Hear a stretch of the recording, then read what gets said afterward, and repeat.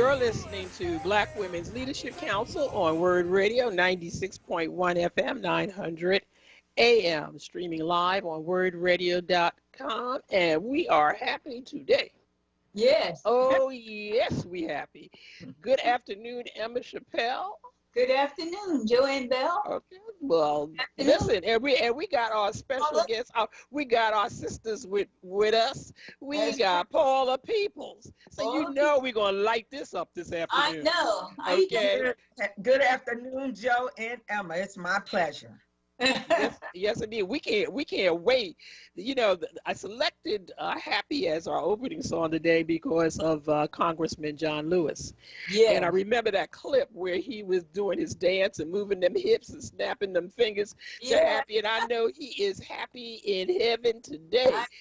Oh, Georgia turned up and they turned out. Mm-hmm. Yes, they did. They delivered. So it's a whole lot for us to be clapping about. Oh, yeah. How what we do on the ground works. That's right. That old-fashioned organizing. That's right. Old-fashioned organizing. You know, the devil with all its organizing block by block. That's door by door. Door by door. That's right. Block by block, door by door. It works. And if you want a job to be done, who do you send? You send a black woman. That's right. You send a black woman. You send a SISTA. That's right. Sister. SIST, sister. Yes. All right. And looks like they, let me tell you, they really pulled one out there. I'm hoping they did. It was such a nail biter. Oh Lord, last night I couldn't go to sleep. Oh, I couldn't go to sleep. I was like, oh Lord, let me get me another cup of tea. And then I would get up and run around the room a little bit. I was yeah. Please. I thought they were gonna have to send a resuscitation team in. I think we all were holding our eyes open with toothpicks, just trying to wait to hear at least that one had successfully won and had the victory. So it was good to hear that Reverend Warnock. But I have no doubt that John Ossoff is going to win. Yeah, I think he's got it. What's remaining is the primary of votes coming in from the African American and progressive community. So we thank God for that. Yep. I think so too. I think he's in the lead anyway. He's in the lead now. And I think that, and they're bringing in the vote by mail and the early voted. They haven't counted them yet. They have the military ballots. They have the provisional ballots, and then they still have some other vote by mail stuff. And the way it was explained by Steve Kornacki, who I've been watched all night long on was that they probably will cancel each other out. It'll probably lift up Ossoff and take him out of the range for which there's a runoff. Yeah. That's true. That's true. Because he's right now, he's over 17,000 right now. Yeah. But what is it, 5% or half?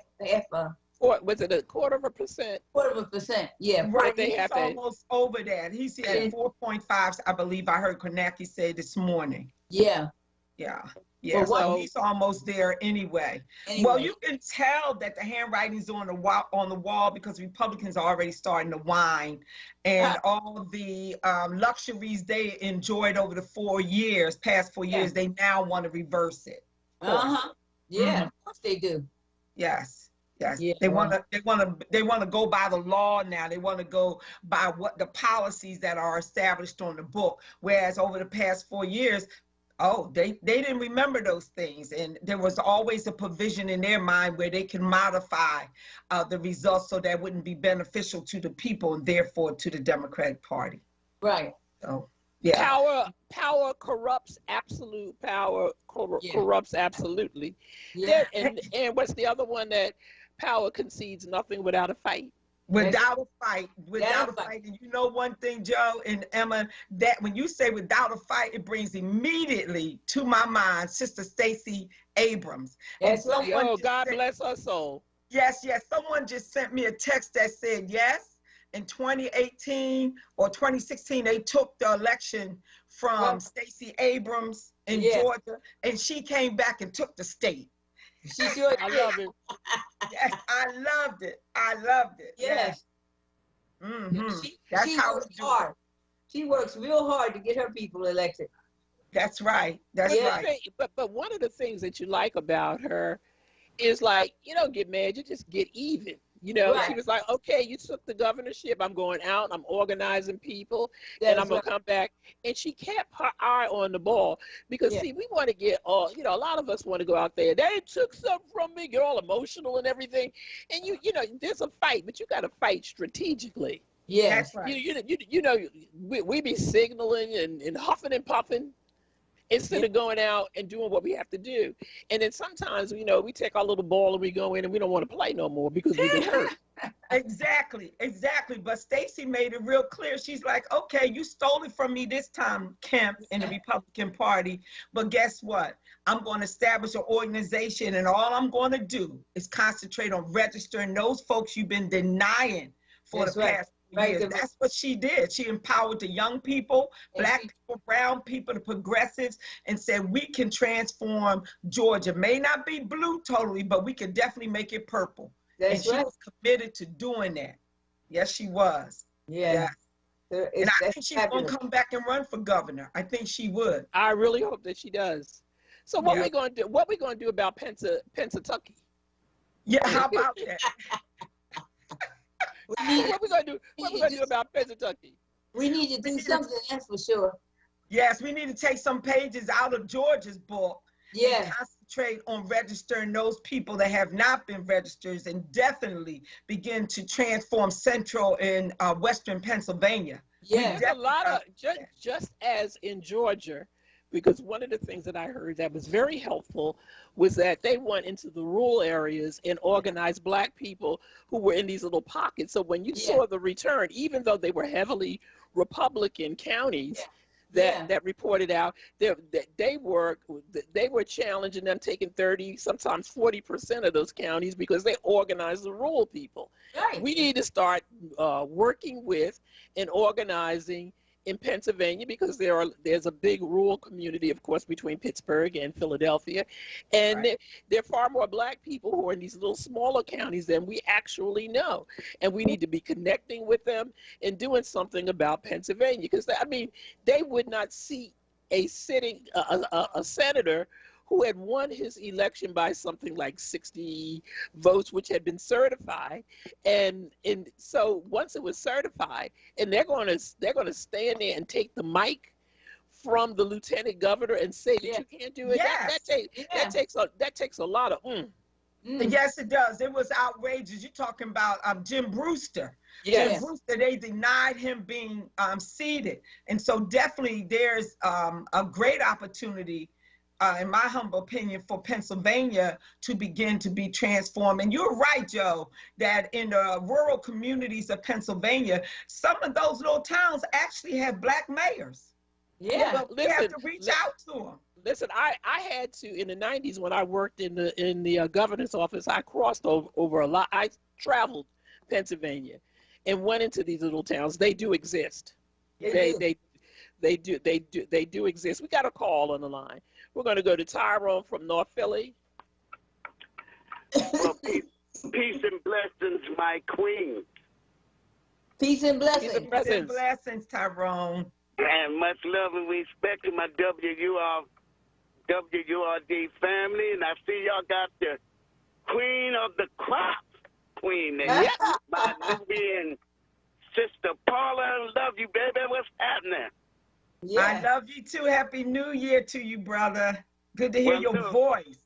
Well, look, we got something to jump up and down about right now. And I think from what you're saying, what everyone is saying, this has got to be a learning process, a growing process for us to adopt and move forward with.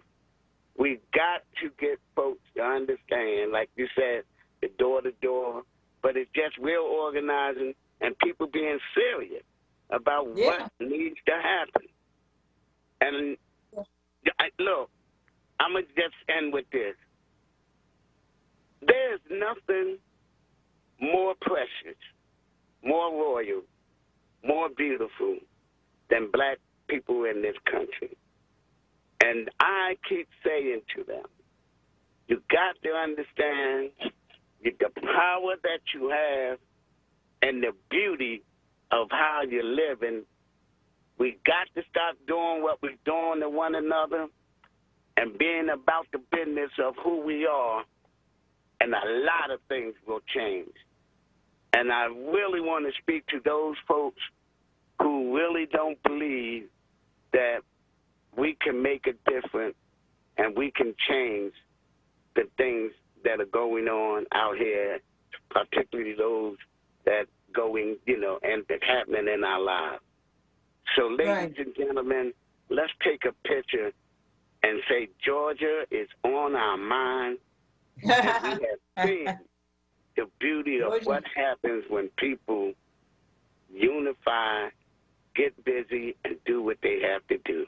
I love my queens. I love y'all. Happy New Year. Happy New Year. Happy New Year, Tyrone. Happy New Year. Thank you. It's going to be a beautiful ride, y'all. It's going to be a beautiful ride. Enjoy. Yeah, we're happy about Georgia. And I read a couple of articles, and they talked about, well, there's a 38% African American population in the state of Mississippi. Mm-hmm. The state with the largest African American population and the poorest. Mm-hmm. Yeah. And they talked about what are the strategies. And one thing about Mississippi that this article indicated that made it different from Georgia is that you don't have a thriving white middle class in the way that you do in Georgia. Now, what do I mean by that? A progressive middle class. Because that ain't the place you go to be progressive. Right. And so the difference is that the win in Georgia was a coalition of people.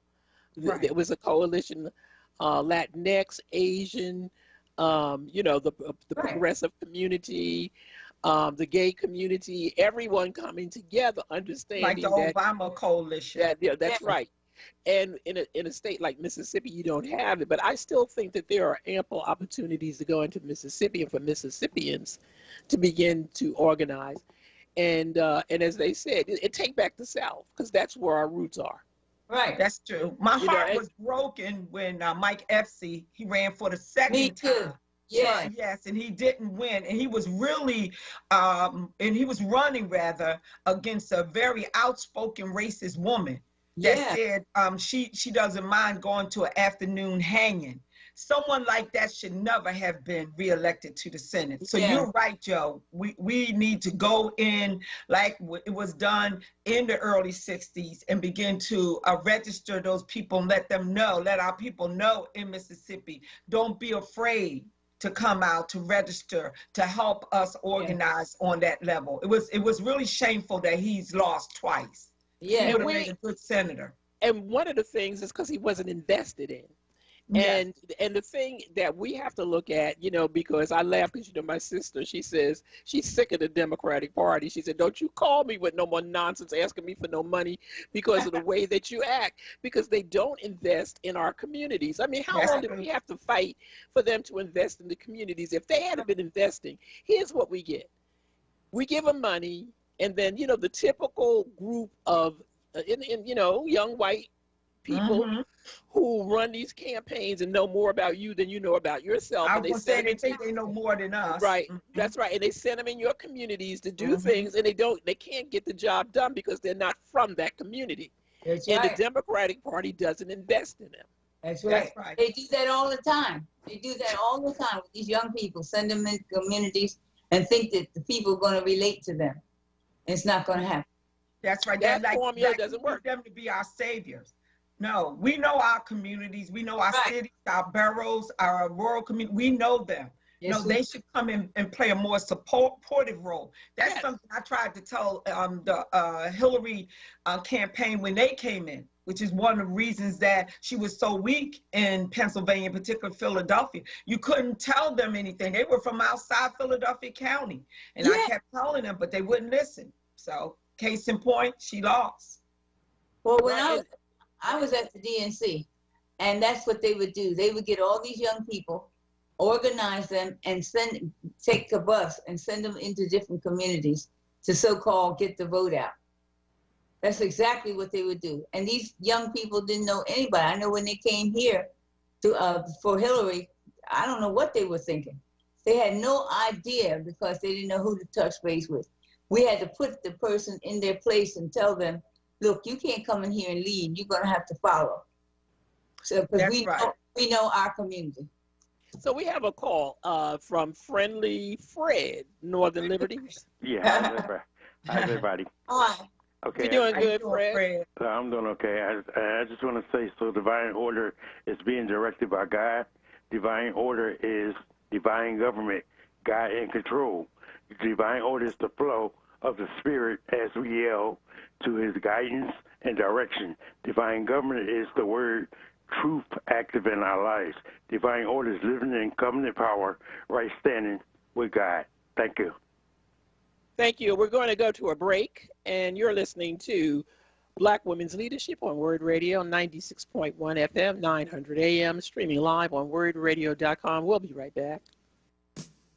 Hi, this is John. Hi, this is Juanita, owners of JD's Auto Body and Painting. We're located at 6300 Wayne Avenue, right there at the intersection of Wayne and Washington Lane. We really like to thank all you WURD listeners for the support that you've given our business, and we really hope to see you in the future. JD, tell them about our products and services we have. We have a new state-of-the-art paint shop along with our body shop and detail shop. We can help you with the dents and scratches from the winter season. Come to JD's Auto Body and Painting. Come on out and check us out. We're still honoring that WURD 10% discount. Give us a call, 215-848-5949. Again, 215-848-5949. Thanks again for supporting our business. We really appreciate you. See you at JD's Auto Body and Painting.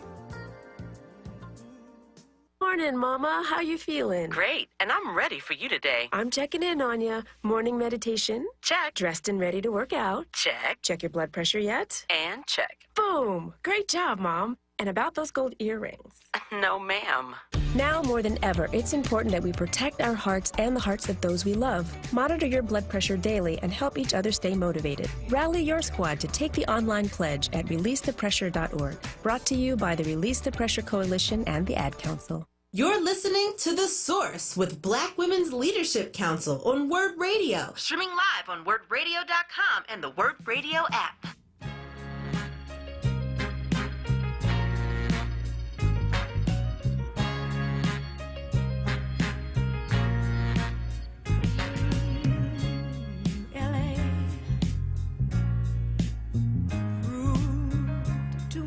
For the man, too much for the man. He couldn't make it, so he's leaving the life he's come to know. Ooh. He said he's going. He said he's going back to find. Going back to find. Ooh, what's left of his world? The world he left behind. Not so long ago. He's leaving on that midnight train to Georgia. Leaving on the midnight train. Yeah. Said he's going back to a simpler place and time. Oh, yes, he is. Right by his side. I'll be with him. You will. On that midnight train to Georgia. Leaving on that midnight train. I'd rather live in his word than live without him in mine. World is his and hers alone. He kept dreaming. Ooh, that someday he'd be a star. A superstar, but he didn't get far. But he sure found out the hard way. You're listening to Black Women's Leadership Council on WURD Radio, 96.1 FM, 900 AM, streaming live on WURDradio.com. We're back. And so I think I left, it was either you, Emma, or Paula. You were making a point when we went to break.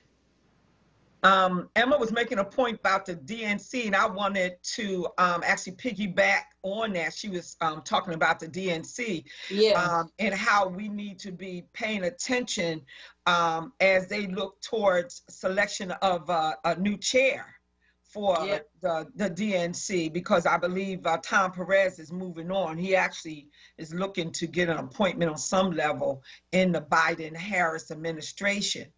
And it had been rumored, and I actually heard this about 2 weeks ago, that they were considering and looking at Jamie Harrison, who just ran against Lindsey Graham, which I think would be a great selection. That's what he would. Given his organizing skills. Yeah.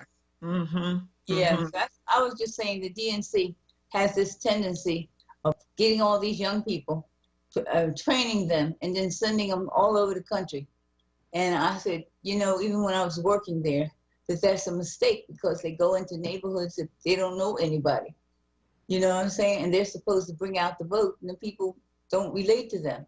But what we need to do in our communities, I think, is more education about the importance of voting. You know, we tell you got to come out and vote. This last election for Biden was a great example. We have to educate our people, because we still had a lot of people of color who didn't understand the need to vote this man out. You know what I'm saying? Right. There were a lot of people that didn't understand the importance of voting him out of there, and all the danger that he was doing, how he was hurting us, not helping us. And when you talk to some of the Black community, they just said, oh no, we support him. We like him, some of the members. And I thought, how could you support this man? It's crazy, first of all. You know what I'm saying? I like the slogan recently in the Georgia election. It was that Mitch better have my money. Yeah, I did too. That was great.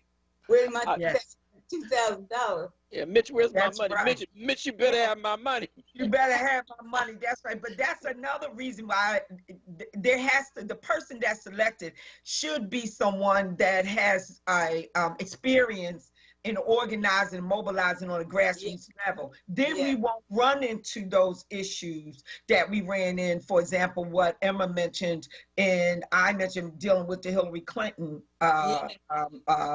campaign. Because if you've organized in a state of like South Carolina, for example, door to door for name recognition, et cetera, you definitely gonna know how to do that on the national level. And you're gonna know that you need to employ the people that actually lives in the neighborhoods that know one another.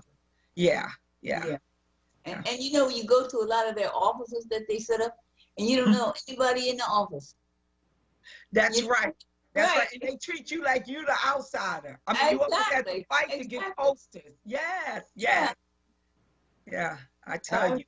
That really was happening during the Hillary campaign. In fact, the woman who was heading up, I'll never forget it. I went to see her, and she was acting like I was a stranger. Now, I had worked with her through elections, from Jesse Jackson on up, and she got here, and she was so important. She was running the office and this, that, and the other. I told Joanne about it. I said, what is wrong with these people? You know what I mean? Yes. Joe, do you remember you called me and you said, Paula, why are they selling Hillary Clinton's posters? So, you know, when I went up to Biden's headquarters up there in Mount Airy, there were a whole bunch of young folks there that I did not know. And initially, they did not want to give me lawn signs, et cetera, for North Philadelphia. I was doing North Philadelphia and West Philly, wanting to get the posters out. People were asking me. So I said, okay, I'll tell you what to do. I said, who do you have to talk to? I said, call them up and tell them Paula Peebles is here.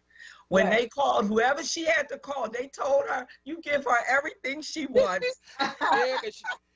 We don't want her talking about us. That's right. So I knew it was someone on a local level that actually told them, you need to stop that dumb stuff. Give her what she wants. Trust me. You're going to see Biden signs everywhere. So I was able to get the materials. We didn't have to pay for it. And subsequently, Joe Biden won Philadelphia. And that's what we have to do. That's what we're talking about doing on the ground, from a groundswell, on the grounds level.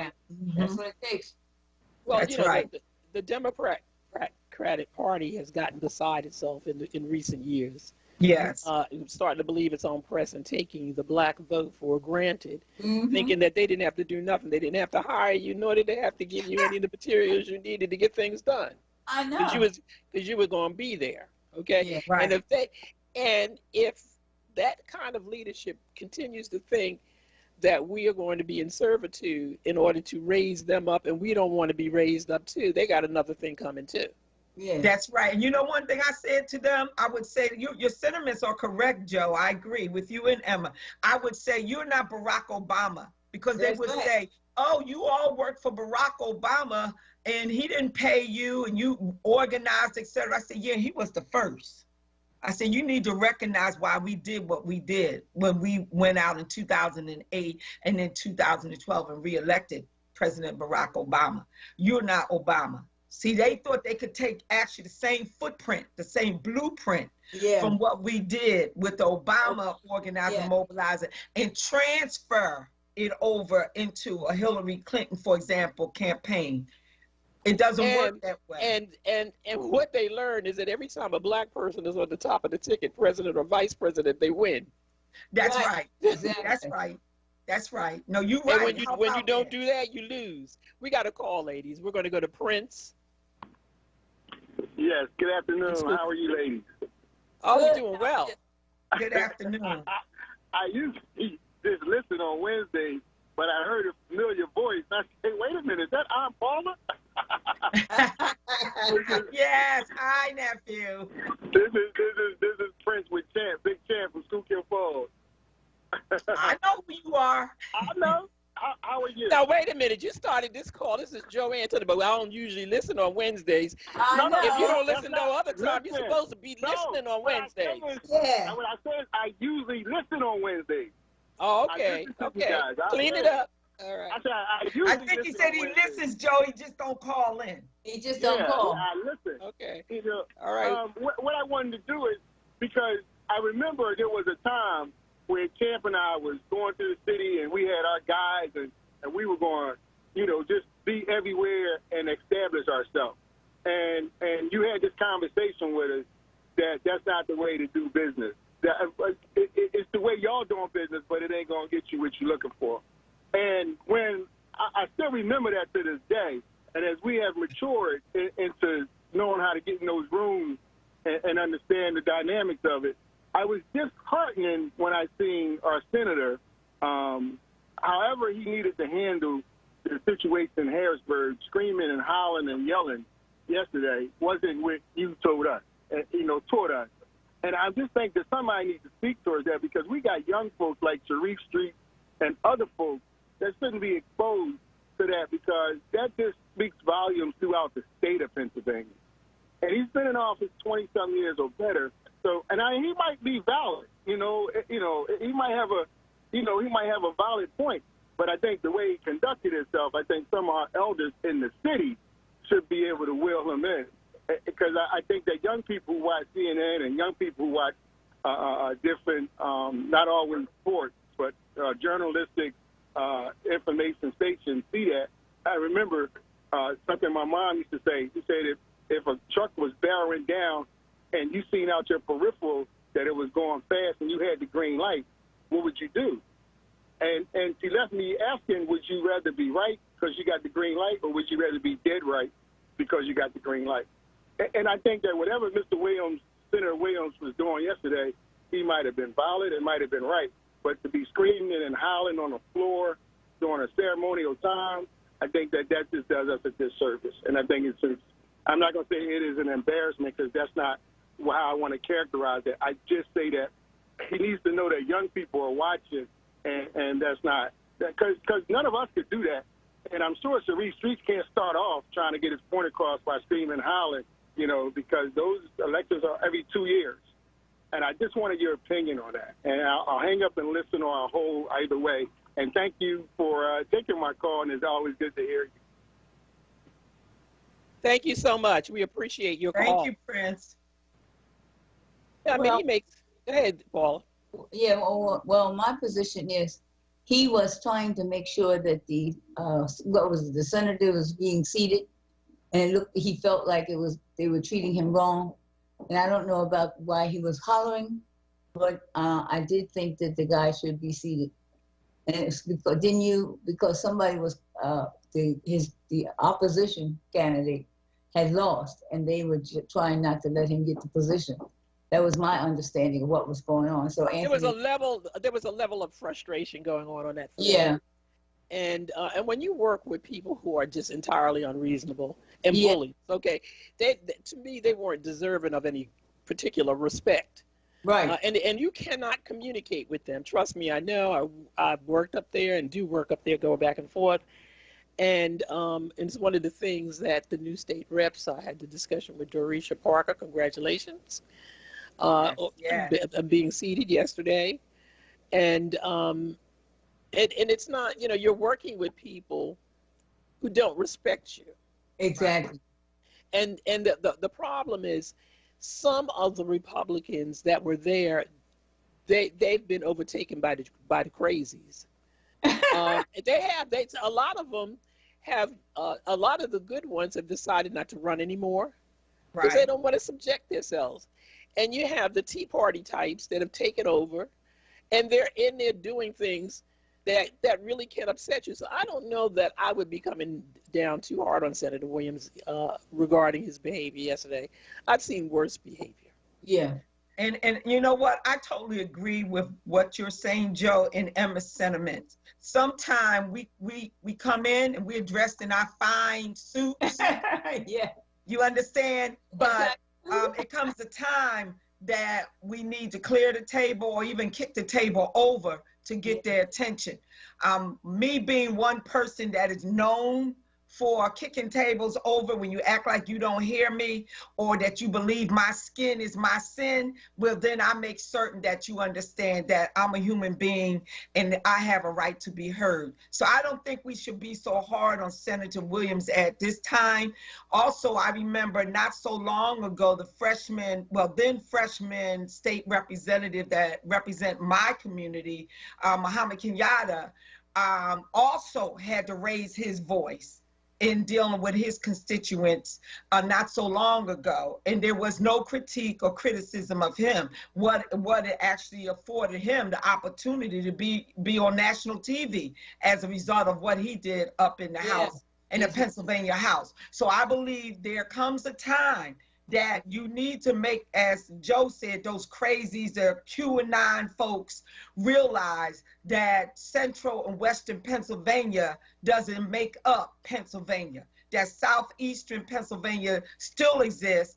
The two Ps are very much engaged in the state, Pittsburgh and Philadelphia, and we just have to continually remind them. And one of the things, because there's a lot of real estate in between Philadelphia and Pittsburgh. Right. However, if there were no Philadelphia and its surrounding counties, there'd be no Pennsylvania because it would look like Mississippi. Yes. And these representatives come there like they bring something to the table. And Philadelphia is carrying the tax base for the state. And they keep doing that when we send our taxes there, and they come there as if, that they're sending their fair representation there, and then they want to give you the you-know-what. And sometimes I wish that we just was able to withhold our money and see just how long they would last. Exactly. That's right. No, you're right. That's right. And that also means that our representatives from Philadelphia County have to be more assertive. Yes, you should be able to go into the back room and try to cut a deal that will be favorable to Philadelphia, to our county.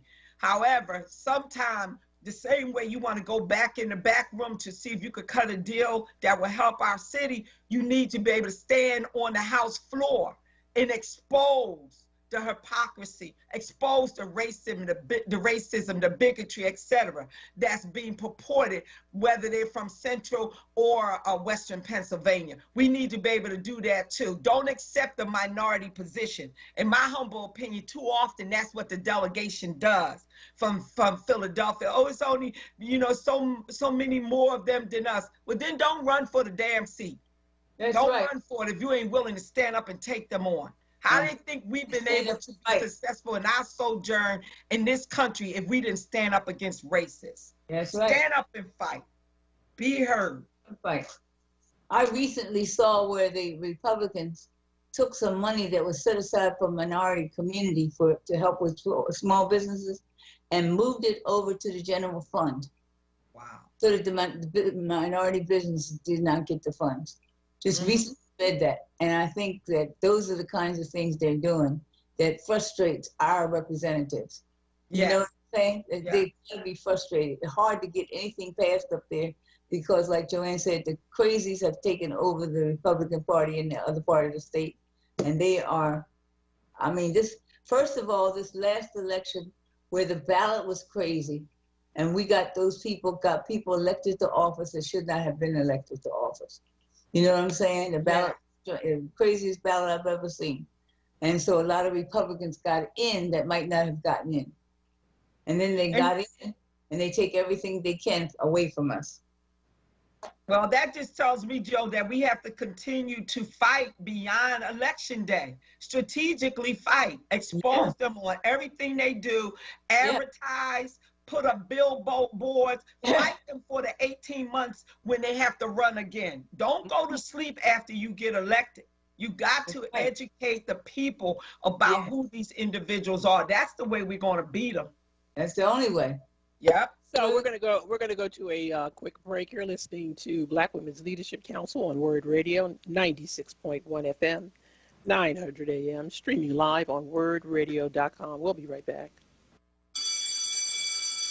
Happy New Year, Philly. It's sincerely Sarita. The 2020 pandemic blew the roof off of life as we know it and forced us to make radical decisions once thought impossible. Many parents and grandparents turned to the option of a public cyber education. In thousands of instances, they sought assistance from the one true pioneer and industry leader in public cyber education, Commonwealth Charter Academy. Visit ccaeducate.me and exercise your right to choose a safe, hassle-free, student-focused learning environment your kids deserve. CCA delivers elite online instruction streamed directly to the safety and comfort of your living room. They provide a laptop and headset along with internet connectivity that includes financial assistance, all at no cost to families. CCA has been the gold standard in school choice for nearly 20 years. Visit ccaeducate.me and ring in 2021 with a 5-star learning experience. Again, that's ccaeducate.me. Tune in every Saturday at 6 p.m. to Recovery Talk 101 with your host, Rick Ford, talking about addiction, treatment, and recovery, right here on WURD Radio. You're listening to The Source with Black Women's Leadership Council on WURD Radio. Streaming live on WURDradio.com and the WURD Radio app.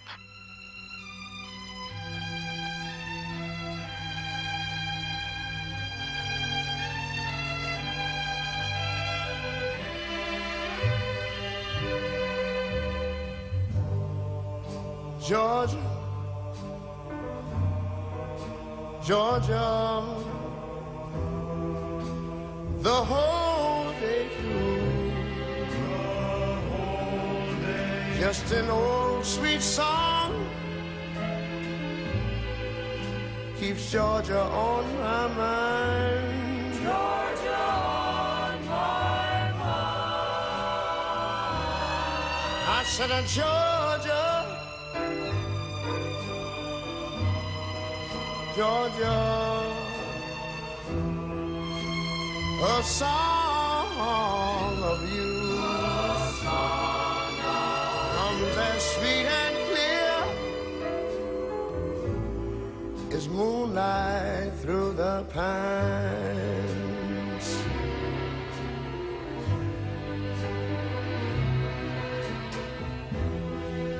Other arms reach out to me, other eyes smile tenderly. You're listening to Black Women's Leadership Council on WURD Radio, 96.1 FM, 900 AM, streaming live on WURDradio.com, and we're back. And Paula, you wanted to raise the Merrick Garland situation. Yes, you know, it just was announced around noontime that President-elect Joe Biden selected Merrick Garland as the Attorney General. Yes. And I can't say I really know him because I don't. No. So, of course, my concern is whether he would be able to handle all the challenges that exist now, and what's going to come in relationship, particularly dealing with social justice issues.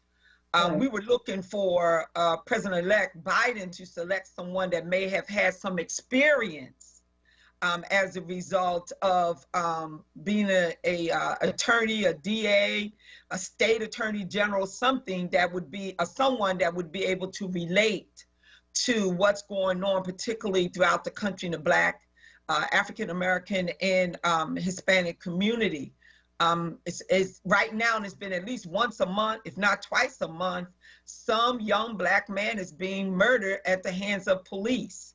Oh, and so we're looking for transformational change in relationship to the police and how they see the Black community. So that's just one area of concern that I have when it comes to Merrick Garland. I have no idea what was the thinking behind the transition team for Biden. However, I am surprised by Biden selecting Merrick Garland when he had an opportunity to select Doug Jones, who actually have experience with our community. And then it was a brother named, last name West, and I forget the other lady name. She was a part of the impeachment piece. So there were a number of, at least 3 other candidates that actually had a background in dealing with social justice issues, which is going to be at the top of the list of our concern when it comes to an AG. Yes. Where Trump dismantled all the opportunities that President Obama put in place. Now we have to put them back in place and be able to work with a Department of Justice that see us as human and see the relevancy of the issues that we bring before Department of Justice. Right. Now I've heard Merrick Garland's name forever. Yes. I don't know him. Right. Yeah. Right. I don't know of him, what his background is. So I'm reading this, and he of course we know him from the United States Court of Appeals, right? For the Second Circuit, he was nominated by Obama, and of course Mitch McConnell would not let his nomination come to the floor. So right. But what I wanted to know is whether he had any Justice Department experience, and it says that he worked as a federal prosecutor in the Department of Justice, where he played the leading role in the investigation and prosecution of the Oklahoma City bombers. I'm of mixed emotion because I need to know what the strategy is around his appointment. Yes. Because that's the one area where people of color need protection. That's right. That's right. And that's the one, because here's the thing. We hear this: let the bygones be bygones. Let Trump leave. Let Trump leave after he didn't wreck everything. He went into a wrecking ball to our image. A wrecking ball killed people with the virus. And then we're supposed to say, well, let him ride on off in the sunset, not prosecute him. And I ain't going for that. All right. That's right. And I don't know where, that the office is supposed to be of the Attorney General is supposed to be independent. Yeah. But I would rather have somebody walk in that who can take care of business, because they had a career of taking care of business. Right. I wanted somebody like Eric Holder to walk in, because he can take care of some business. Exactly. And the names that seemingly the top 3 were nobody who I can identify was take care of business people. Right. And so I don't get this. If it's another itch that they got to scratch, don't do it at our expense. We need somebody that is going to come in, who is going to take a firm, strong hand about these police shootings. Yes. Right. We need somebody to come in who's going to be strong in investigating this voter suppression. That's right. And all of the things that affect us as a Black community. And I don't know Judge Garland's background on any of that stuff. Well, some of the texts I have been getting since 12 o'clock is that the progressive community are not happy with this selection because they say they are concerned about Garland not being strong in relationship to the police. So that's the rumbling that I'm hearing. We don't need anyone as the Attorney General that can be intimidated by the FOP, the National FOP, right? Who did not support Biden, right? As an example. And it goes back to what Joe just said. We're always out there supporting them, and then once we give them the victory, all of a sudden they want to let bygones be bygones, and that's never the case with the other side. The Republicans win, and then they want to put your head on the chopping block. They don't care that they've won everything. They want to make certain that you're not around to come back and charge them with anything. So you're absolutely correct, Joe. But there is some rumbling within the progressive community about the selection of Judge Garland. We have to see how it's going to play out, especially just being a federal judge. I would also want to know who the Deputy Attorney General is going to be. Yeah. I want to know who's going to be the head of the Civil Rights Division. Yes. You know what you know, if you're going to give us Merrick Garland, then tell us what the whole package is. Exactly. That's right. And to do it after Black people that just delivered you Georgia so that you couldn't get him confirmed.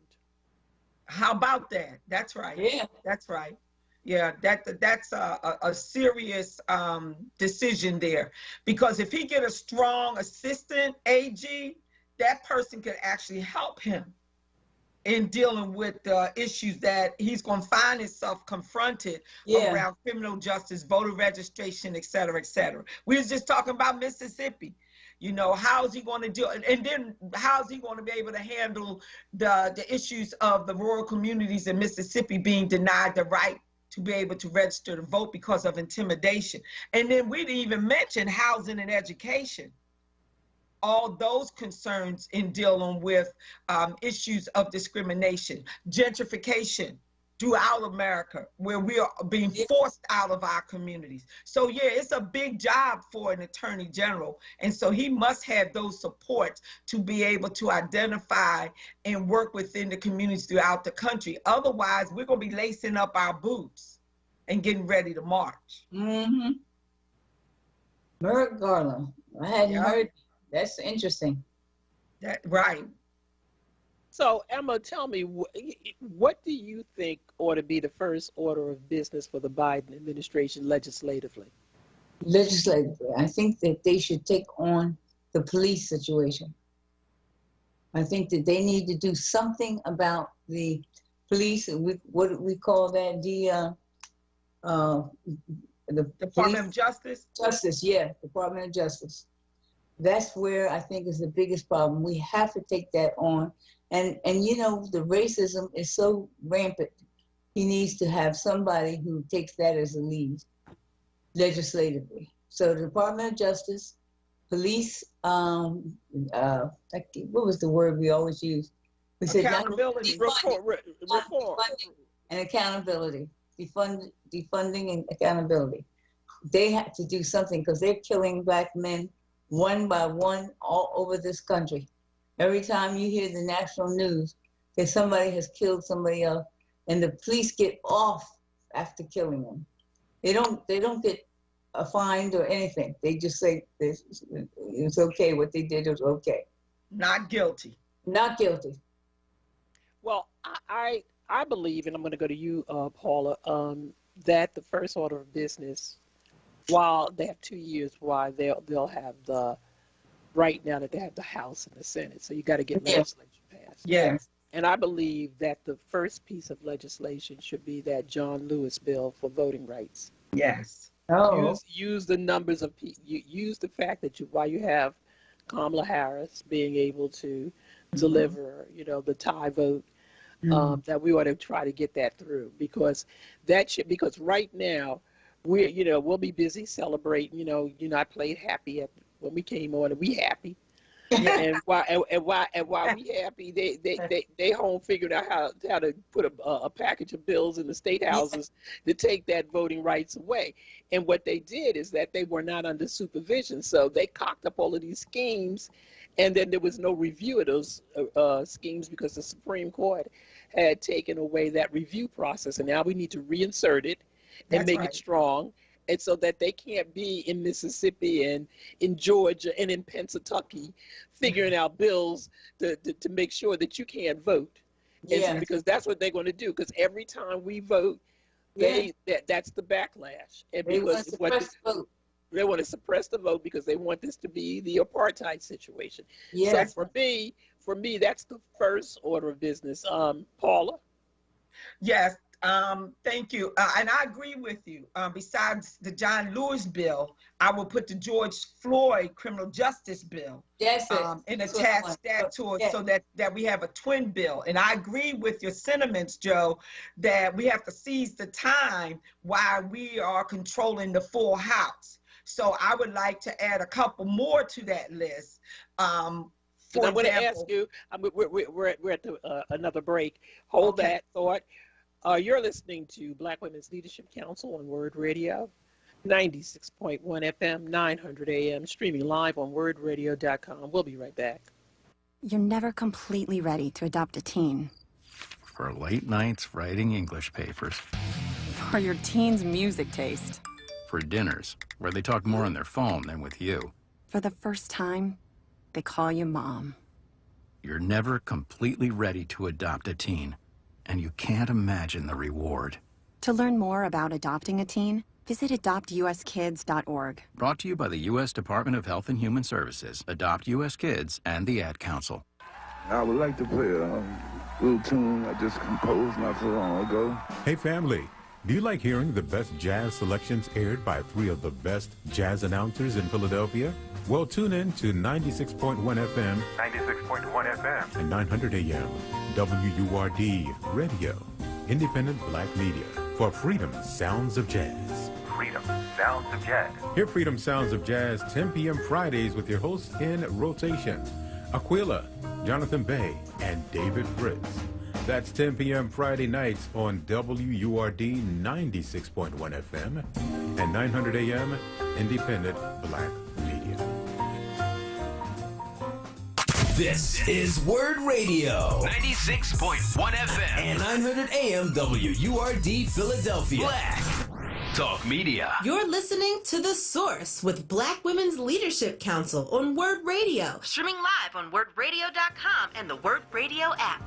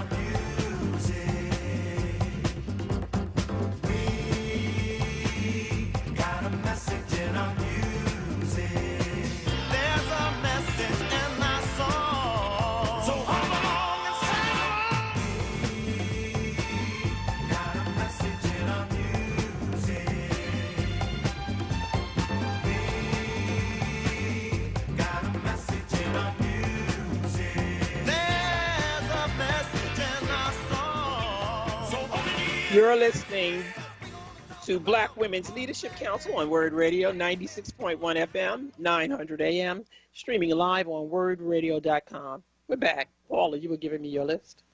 Yes, thank you. I would hope that those things that President Biden can get through and get done through executive order, that he does that expeditiously, like the stimulus support to help the poor and working class get out the bind that we're in right now. So those things that he could do through executive order, do that.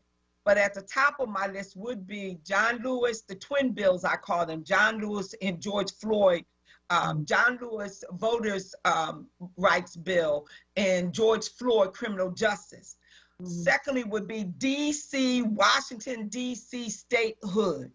While we have the House and the votes, we need to seize the time and make certain that that bill is put on the floor and Washington, D.C. can finally become a state. It's long overdue. I think long overdue. And I also think that from a strategic point of view, that it ought to be Puerto Rico too. Yes. And the reason why is because, look, we've got more people in Puerto Rico and we got more people in D.C. than we have in some of these flyover states that have more cows than they have people, and they have 2 senators. And that's where the gerrymandering comes in. That's because the populations reside on the East Coast and the West Coast. And in the middle, you've got these states with all of this land. And then, I don't want to be, I'm not authentic here, but, Bill Maher says, please tell me why we have a North and a South Dakota. Exactly. Right. Exactly. And a lot of this stuff was done to sort of gerrymander the vote and to have control. So you take Native Americans' land. Yes. So you have 4 senators coming from a place that have access, and I say it again, they have more cows than people. And then you take a state like California that has, I forget the tally, but it has the most people living in that state. That's right. And they only get 2. That's not representation. No, you're right. No, you're right. Absolutely. And I have no reservations about Puerto Rico. All I'm saying is that needs to be top of our agenda.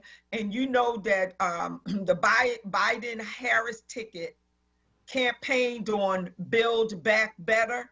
We have to make certain that we don't forget about those components. For example, the home ownership piece that said $15,000 will be made available to first-time home buyers to help them be able to buy their homes. That's going to help a lot of our young people coming out of college, young professionals be able to acquire their first home. We have to make certain that gets done. He talked about job development, building and repairing the infrastructure. And Lord knows the bridges, et cetera, needs to be repaired throughout America. That's going to create jobs within America.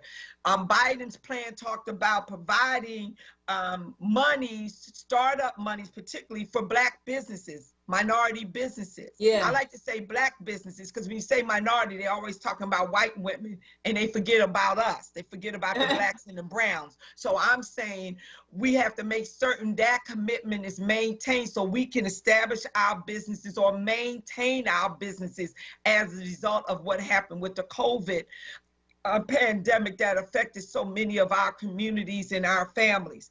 And so Build Back Better, we have to make certain that we don't stay at the inaugural party, that we don't just stay happy, that we go back and look at that plan and establish the framework for our people to engage and be able to make it happen in partnership, Joe and Emma, with the federal government.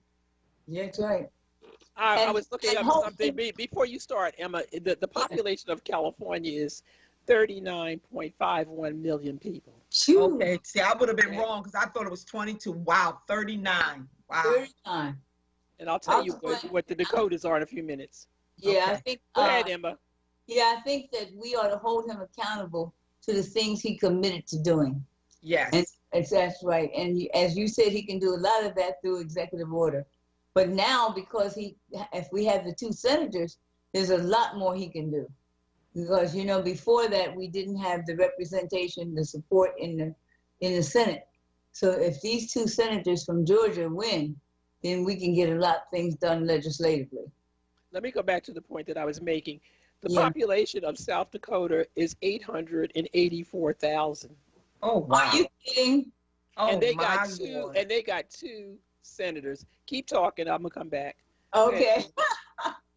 That's ridiculous. Ridiculous. Talking about gerrymandering. I know. They're gerrymandering and controlling the vote. They don't want people to vote unless they're out there. But we need, and you know, I really remember that even that Trump stopped the census. Remember, he was trying. Everybody was trying to get the census through. And hold up. I'm back again. Okay. And the population of North Dakota is 762,000. Oh, help us! No. And so combined, they don't even make 2 million people, as opposed to California with almost 40 million people, and they get to, and each of those states get 2 senators. And think about the lack of financial support they supplied to the federal government. I'm talking about the Dakotas in comparison to the state of California. They're not giving any taxes. They're not getting any taxes out of there. No.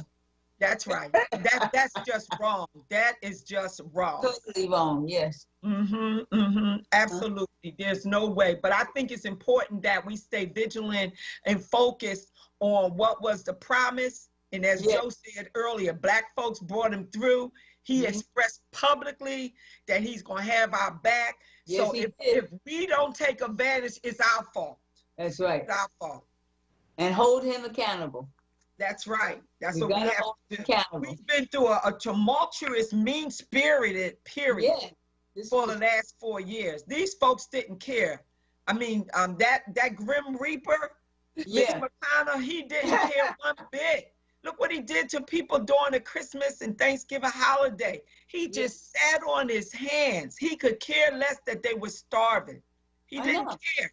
And that has to stay front and center in our minds, in our heart, so we remember what we just came from, and that they're never elected again. I wouldn't care if none of the Republicans were ever elected again. Too bad. They're terrible, terrible people. That's right. You know, when you look down the roster and the list of senators, the majority of the senators are rich, are wealthy. Yeah. Wealthy, yeah. They are definitely wealthy. And very few come who are poor or who are just middle class. Yeah. And so they have no idea, because they may have suffered once in their life, but they surely weren't suffering now. And so they can sit, you know, Mitch McConnell's married to a very rich woman. Yeah. To a rich family. Who is a cook herself. That's right. And doesn't feel any of the pain that this COVID has done. And most of them, you know, don't care as long as they get what they get. And then what I don't understand, because we understand them, it's called greed. That's right. But he's in Kentucky. Why do people in Kentucky keep re-electing him? I know, it's ridiculous. It's ridiculous. I felt assured, but you know what? The candidate wasn't real strong. That woman that ran against him, she was a military background. She didn't seem to come off real strong. And when you have someone as egregious as Mr. McConnell, you got to come at him very aggressively. You have to expose everything about him, the corruption of his wife. She had some shady deals going on, and all of a sudden it went silent. Yes. All of that should have been exposed. And when we talk about these rich senators, I'm thinking about Lindsey Graham. Did you hear Lindsey Graham doing it before the November 3rd election? Miss Graham? You talking about Miss Graham? Yes. Well, I've heard they call Lacey Graham. But anyway, where he said, oh, we don't have anything against Black people running for the Senate running in South Carolina. You just have to be conservative. Oh. Yeah, that's what he said. So that was that should have been a wake-up call right there in South Carolina. Yeah. Yes. So what he means is, essentially, if you're not a conservative or a Republican, as far as he's concerned, and those who think like him, your vote don't count. Right. And that's why they've been trying to disenfranchise us for decades, as far as the Black vote. But now they know it's a new day. We're no longer afraid, and we're going to come out and vote, and we're going to mobilize our people. We're going to educate the young children turning 18 next year.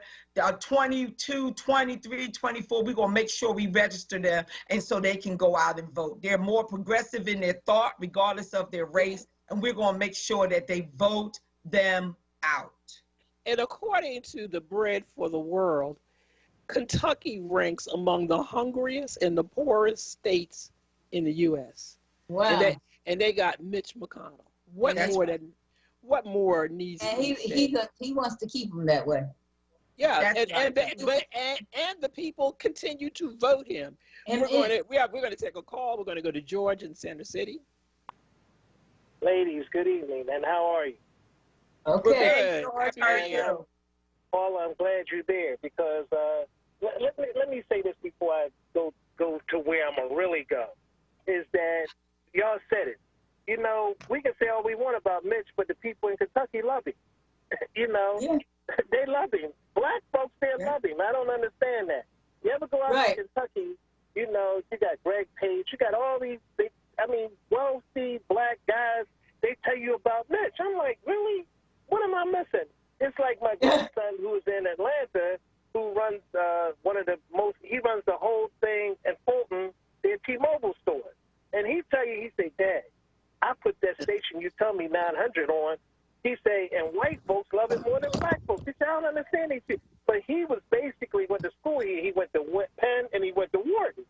So he don't basically understand how can a black person be a Republican and how can you love people who abuse you. It's like he's still trying to figure that out. I told him, stop trying to figure that out because you'll end up with a headache, you know, realistically. But I'm glad that I'm glad y'all are back, you know, because while, believe me, it's been a real headache while you were gone. What I have to really say, and I'm saying this with sincerity, you got to be man enough or woman enough to understand when you make a mistake. And me supporting Kenyatta, you know, Malcolm Kenyatta was the biggest mistake I ever made in politics. Believe me, you talk about trash, that's what it is. I mean, all he interested in is becoming a congressman. I mean, he's not even a good state rep. I mean, he's always on MSNBC. You would think that he's a federal employee or something. You know, he acts as though he's the shot caller in Philadelphia. I mean, he has done. I mean, Paula, maybe you can defend him and say all the great things he's done for your district. But no, I'm not doing that. I'm not doing that, George.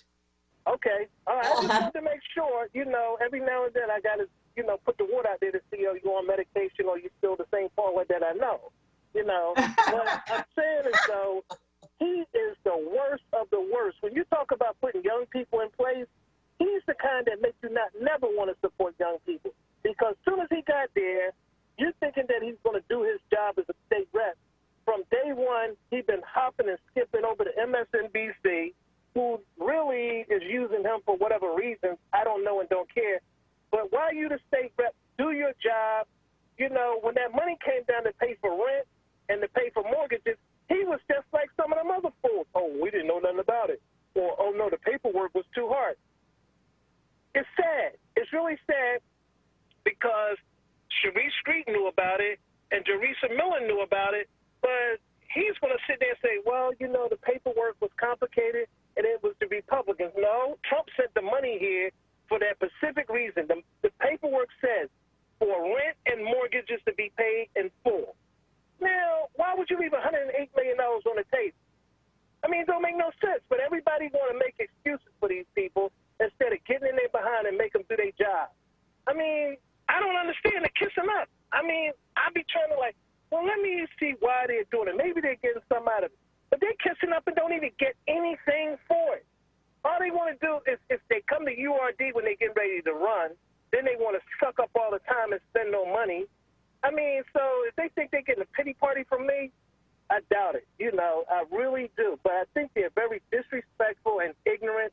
They just don't care because they think everybody's going to just vote for them. But they better remember, they run every 2 years, and I'm going to do everything humanly possible to get Kenyatta out of there. I don't care how much money I got to get or who I got to get, but if they get in the way, they're going to get ran over because the train is going right in hell. Okay? So George, let Paula answer.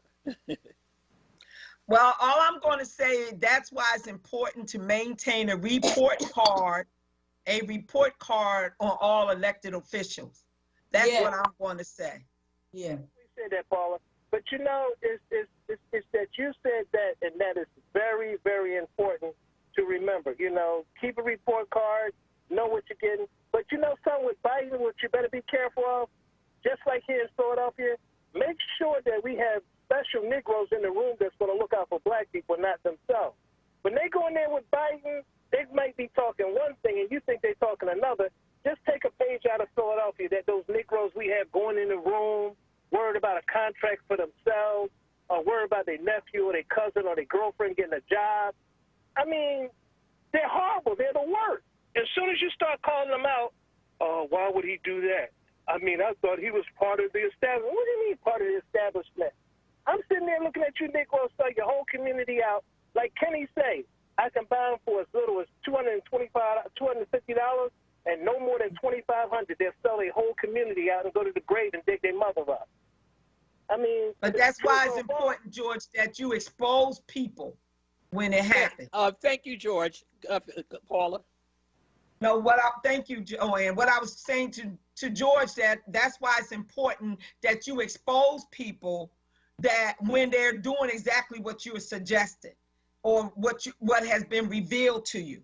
Because if you don't keep our community informed, we're trying to survive. We're trying to maintain a roof over our head, maintain jobs, trying to get our children educated visually. We have a whole lot on our plate right now. And the last thing we're going to be thinking about is some sleazy elected official trying to do something underhanded. However, if you make it known, we won't forget. That's where the report card come into play.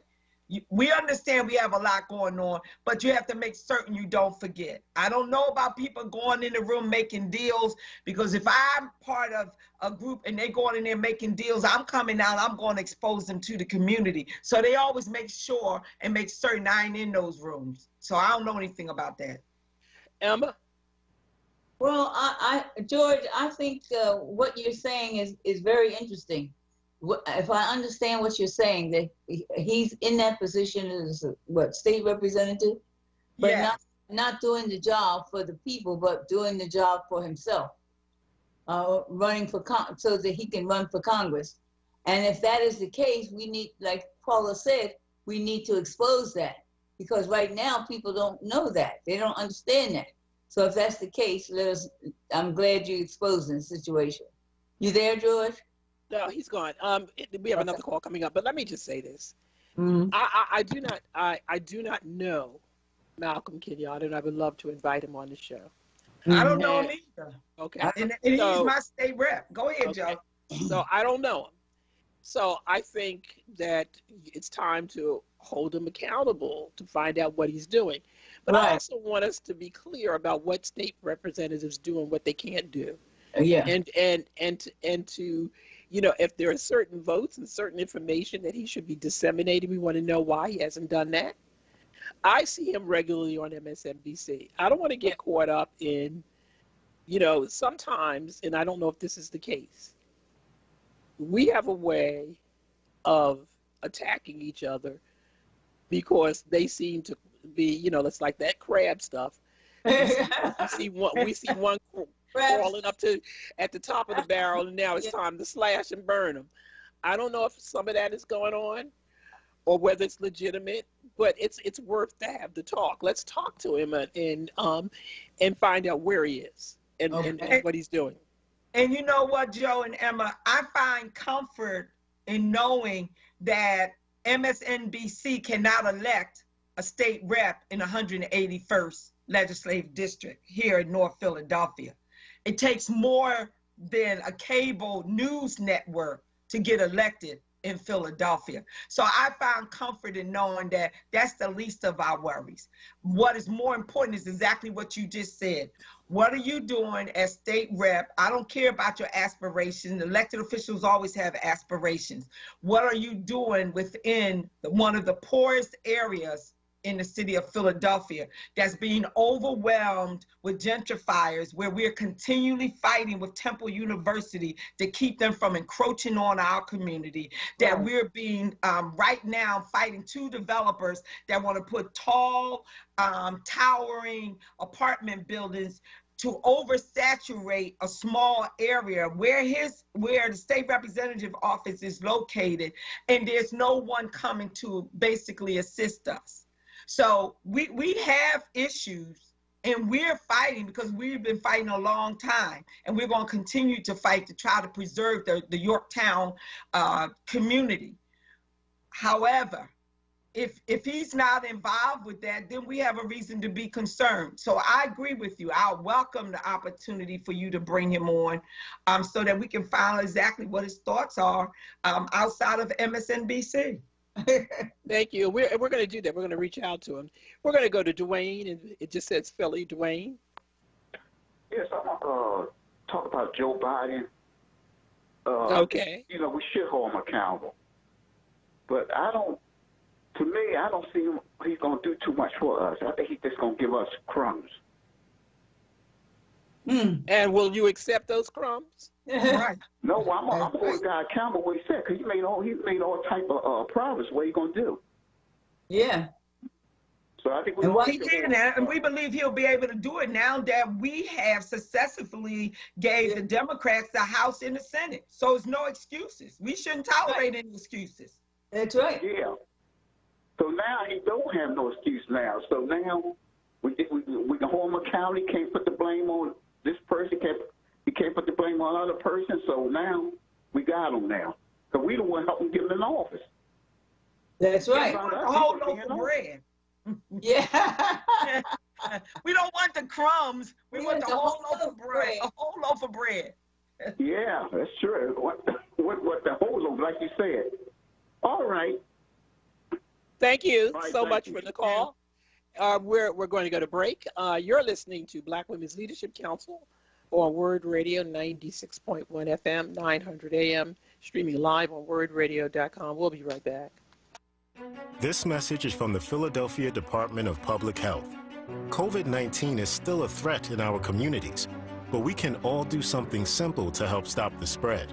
It's critically important to wear a mask or face covering whenever you're in public or around others. Yes, even while social distancing.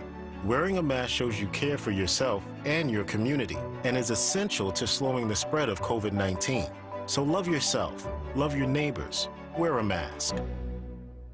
Listen to Laborers Live. We created the weekend. We created the 40-hour work week. We just want enough to feed our family, be able to send our children to college, and let our next generation do better than we did. To people that might have forgot how important unionism is in a country like the United States. People now infringing on our 8-hour workday, trying to work people more than 8 hours without overtime, trying to work people without benefits. In the long run, everybody's getting fat paycheck except the worker. So this is really a wake-up call for America. The struggle is continuous. Tune in to Laborers Live every Friday from 4 to 5 p.m. Sponsored by LESIT, the Laborers Employers Cooperation Education Trust of the Laborers District Council of Philadelphia and vicinity. Local 332, Sam Staten Jr. Business Manager. Local 57, Esteban Vera Business Manager. Local 135, Dan Woodall Jr. Business Manager. Local 413, James Harper Jr. Business Manager. The Laborers District Council, Ryan Boyer Business Manager, and Tony Staten, Executive Director of LESIT. You're listening to The Source with Black Women's Leadership Council on WURD Radio. Streaming live on WURDradio.com and the WURD Radio app.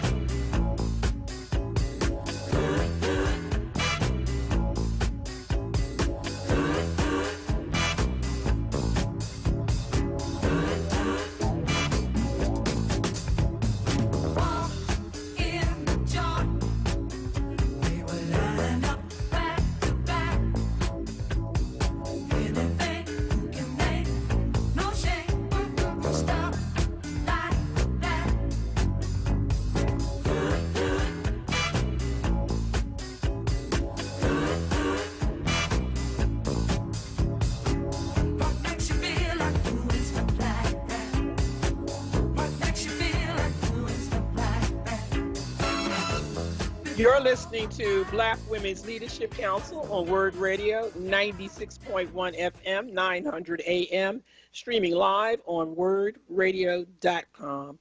And they walked in the door, Paula. They walked in the door, Elma. They was lined up back to back down in Georgia. Yeah. they was doing that stuff like that. They were buzzing. Yeah, exactly right.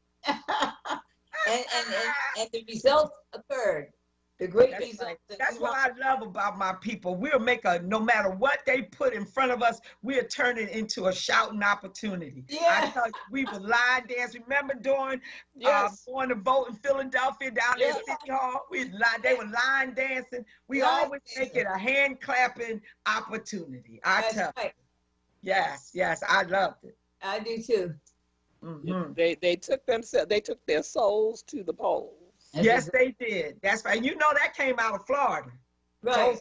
Those are the black churches in Florida. Yeah, it sure did. I tell you. No, I think it's been we've had glaring examples over 2020 of how we can actually continue on this victory road that we found ourselves in. As we look towards 2021 with the DA race, et cetera, judges, I think we need to keenly, and I know Nan is planning to do this, to focus in on judges, because some of those judges are real crazy and they need to be removed off the bench. And I've been talking about that, Paula. I've been saying that we have a lot of openings coming up in the next election for judges, and we need to look at who is trying to run and make sure we get the right people in those spots.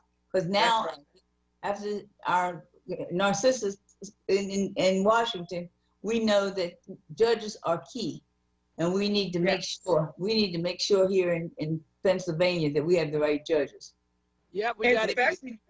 Go ahead, Joe. I'm sorry. No, we really do. We really need to drill down and focus, and at some point, we really need to talk about our Philadelphia court system with all of the stuff that we've been reading lately that has been coming out of there, and pulling back the what would you say, the pulling up the blinds and back on the racism that exists, not just in the sentencing and all of the other stuff, but in the judges that are seated. To some of the same judges who have come to some of these black ward leaders that paid, that they paid this money to in order to get on the bench and then administer justice, and then write nasty letters to black women judges and stuff, because they didn't get there by themselves. This stuff didn't just happen. We've been putting judges on the bench through the black ward leaders since the early 80s. Right. I go back to Ona Weldon. That's where my mind go right back to Ona Weldon, and how we would push for those young lawyers, to get on the bench. Many of them transplanting from outside of Philadelphia. Yeah, but my problem, it doesn't happen to be with those women. My problem happens to be with, we know it, it is no secret, that there's a business going on amongst people who take money from judges, mostly white judges and black judges, and without really drilling down whether they're worthy of being on that bench. And then they as long as they got the $35,000 or whatever the going rate is, that they get, and then they get them on a ticket and they push them through and bring it to our community and say, vote for this person. It's those same people that wrote that nasty note. Yes. We need to drill down further. We can't let them, because they're going to make a living off of this stuff. We're going to go to Woody in Winfield.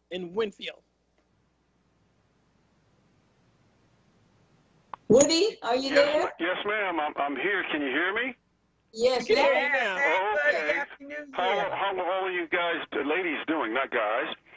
Again, like I said, you guys are the sisterhood, and to me, you guys guide us all. And I just wanted to let you know today was Dr. King's birthday, and they call it King Day.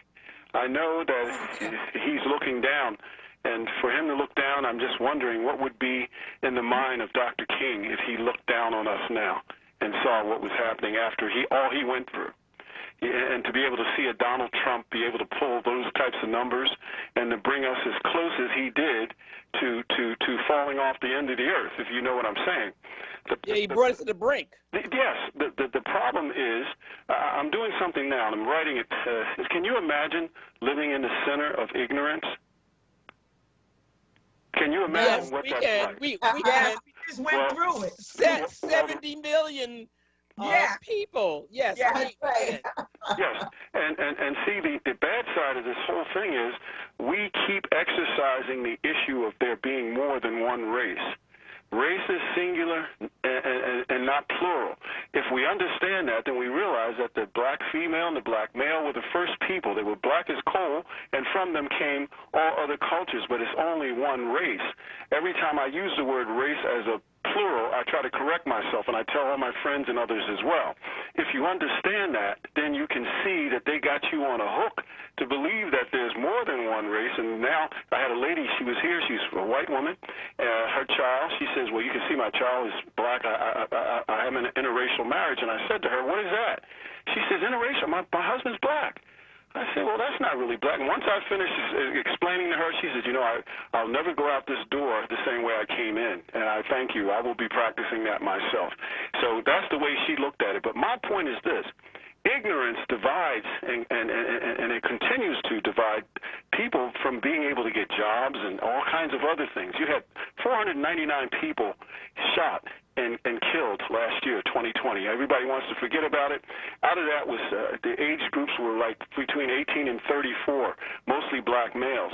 Over 2,000 people shot in this city. I want to know who's doing something about this literacy issue, because the prison, the pipeline situation is never going to stop. I call it the musical chairs of recidivism. It's not going to stop until we recognize that particular group we don't call the children of slaves. Everybody says, okay, I'm a person of color, or I'm an African American. You're not going to get, all the immigrants are going to get everything you're supposed to get. If you don't take your position and identify yourself, we have a special problem in this nation. And 400 years of chattel slave is what proves that to me, as well as the rest of the world. Why we're not paying more attention, as I shared with you, the office for something like that needs to be identified. We need to have a representative. Just deals with illiteracy. How is this able to be a part of millions of young people's lives who, as we speak, are living in the center of ignorance every day? Well, you know, you brought this up to us many times, and we were about the business of changing the environment so that we can introduce things that that make our community whole. We really do. And we have said, if it's at the local level, it depends on who you put in the mayor's office. We have a strong mayor form of government. And as long as Cody Anderson for mayor. That's who I want to be mayor of Philadelphia. And Cody probably will tell you to leave him alone. Well, you can say what you want. Haven't been the campaign manager. The spirit of Cody Anderson would help this city so much, I just can't even begin to tell you. So I'm just putting that out in the spiritual airwaves. Hopefully, that'll be something people at least think about, because if God calls on you, guess what? You don't have a say. I'll talk so I'm just putting that little that. bug in your ear so we can at least be able to see that we need all cultures and ethnicities to understand what happened to this part of our human family. It was horrible. 400 years being taught and said not to read. We have all kinds of genetic problems through bloodlines that have turned into what we call what I call epigenetics, defined by a doctor by the name of Avery August. This gentleman discovered epigenetics. So centuries and centuries can pass down through your bloodline for problems about water. You know, a lot of people don't know how to swim. They don't want to learn. Some people are afraid of books. Some people feel like they're not supposed to be, or they're not as good as. That just doesn't end overnight. So we got a lot of work to do, but I hope we can get somebody up there that's going to listen to us. So that's why I'm calling my mommies, all three of y'all. Please help. I'm out here crying. The baby's out there crying, Mommy. You got to help. It's millions of them that can't read, write, count, and spell. We need your help, Mother. Thank you. Joe. I just want to briefly answer some of the points that Brother Woody brought up. And it's great to think that, and it would be a great day in America when people can think of all human beings as just that, human beings. But I think at this time we need to deal with people where we find them. We have 70 million, as you've identified, Joe, 70 million people that thought that Donald Trump was doing a good job, regardless of how he was treating people of color and people of a lesser economic means in this country. So it's going to take time for us to reach those folks that Brother Woody is talking about, to identify each of us based on our humanity rather than the color of our skin. And then when he talks about criminal justice and 499 murders in the city of Philadelphia of particularly young Black men between 18 and 34, that has not fallen silent on those of us that are on the ground working to try to stop the violence within our city. And I want to say, and I'll be brief, that it's much larger than just Black on Black crime. We have white supremacists in the city of Philadelphia. That's a whole different discussion for another time when you talk about African Americans being killed. Not all the time is it African Americans killing each other. And that's why there is an investigation going on and regarding the killings in the city, the 499 killings in the city of Philadelphia.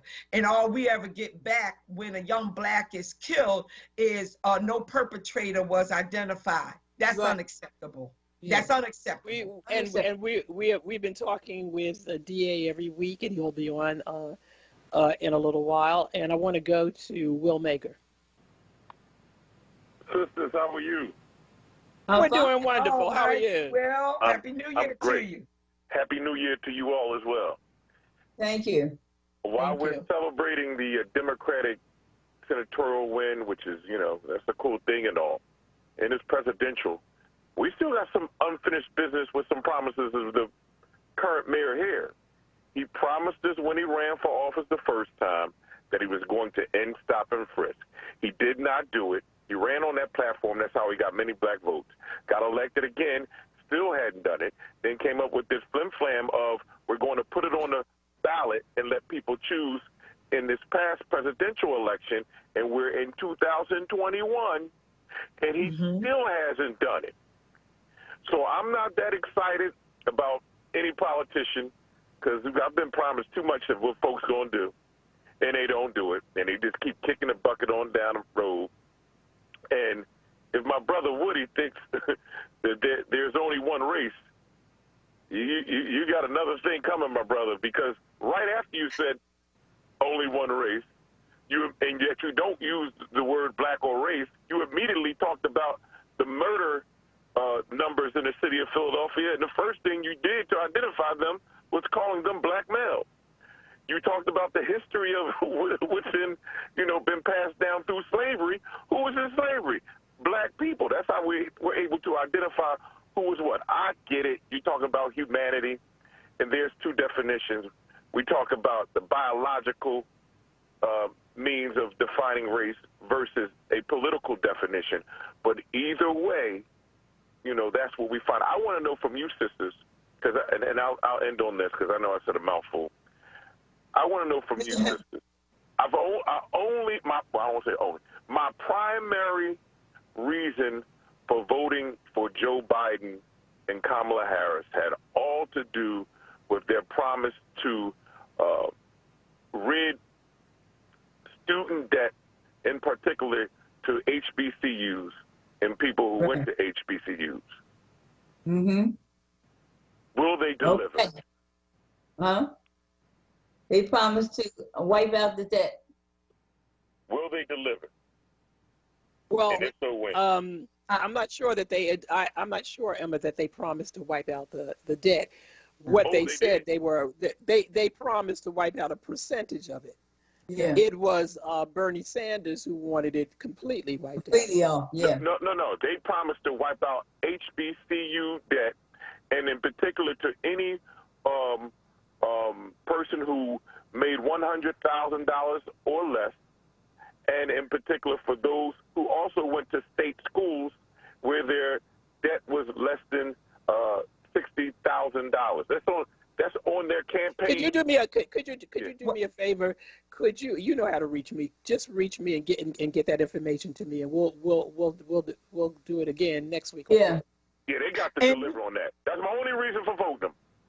That's it. And that's great. And that's great. And what I will go back to what I said a few minutes ago, that we have to make certain if that's true, if we find out that was true as a part of the Build Back Better in America platform, then we just got to make certain that he do that. I'm more encouraged given the fact that Senator-elect Reverend Raphael Warnock is a Morehouse graduate. He's a graduate of a HBCU, just like Vice President Kamala Harris. So I am most enthused and enlightened by the fact that we putting the HBCU graduates in place, and there are many more that's going to make up that administration. I mean, you know what I want? I want our reparations.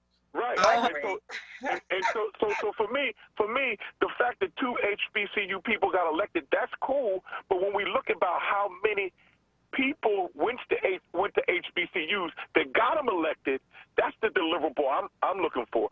We done had a first everything. We done already had a first HBCU person elected.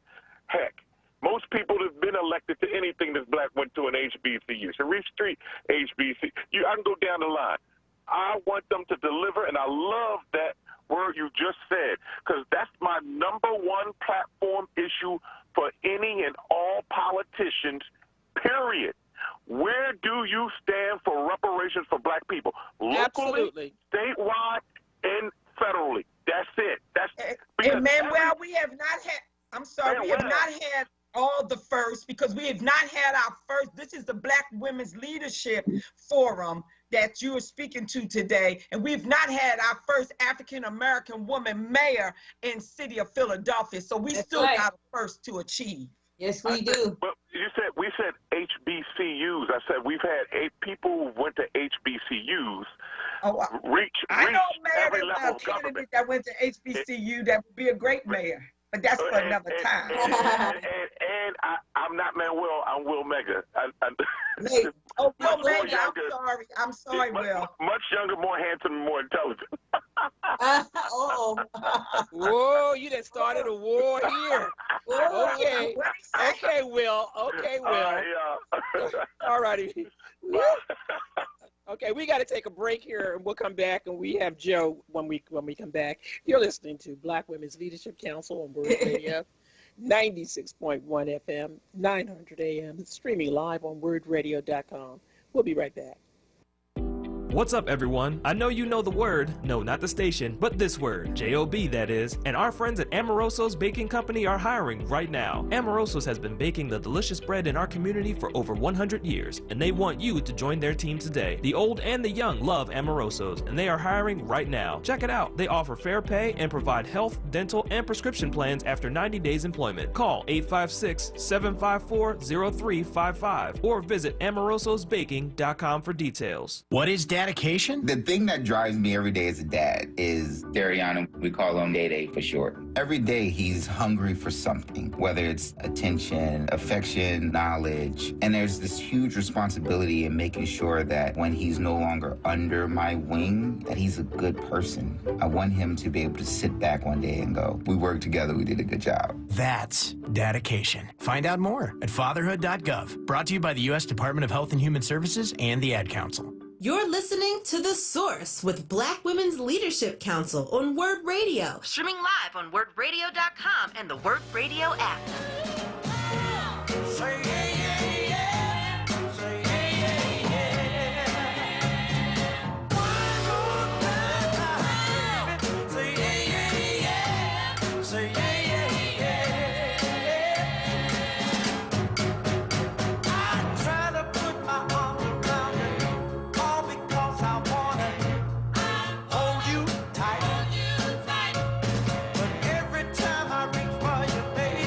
Try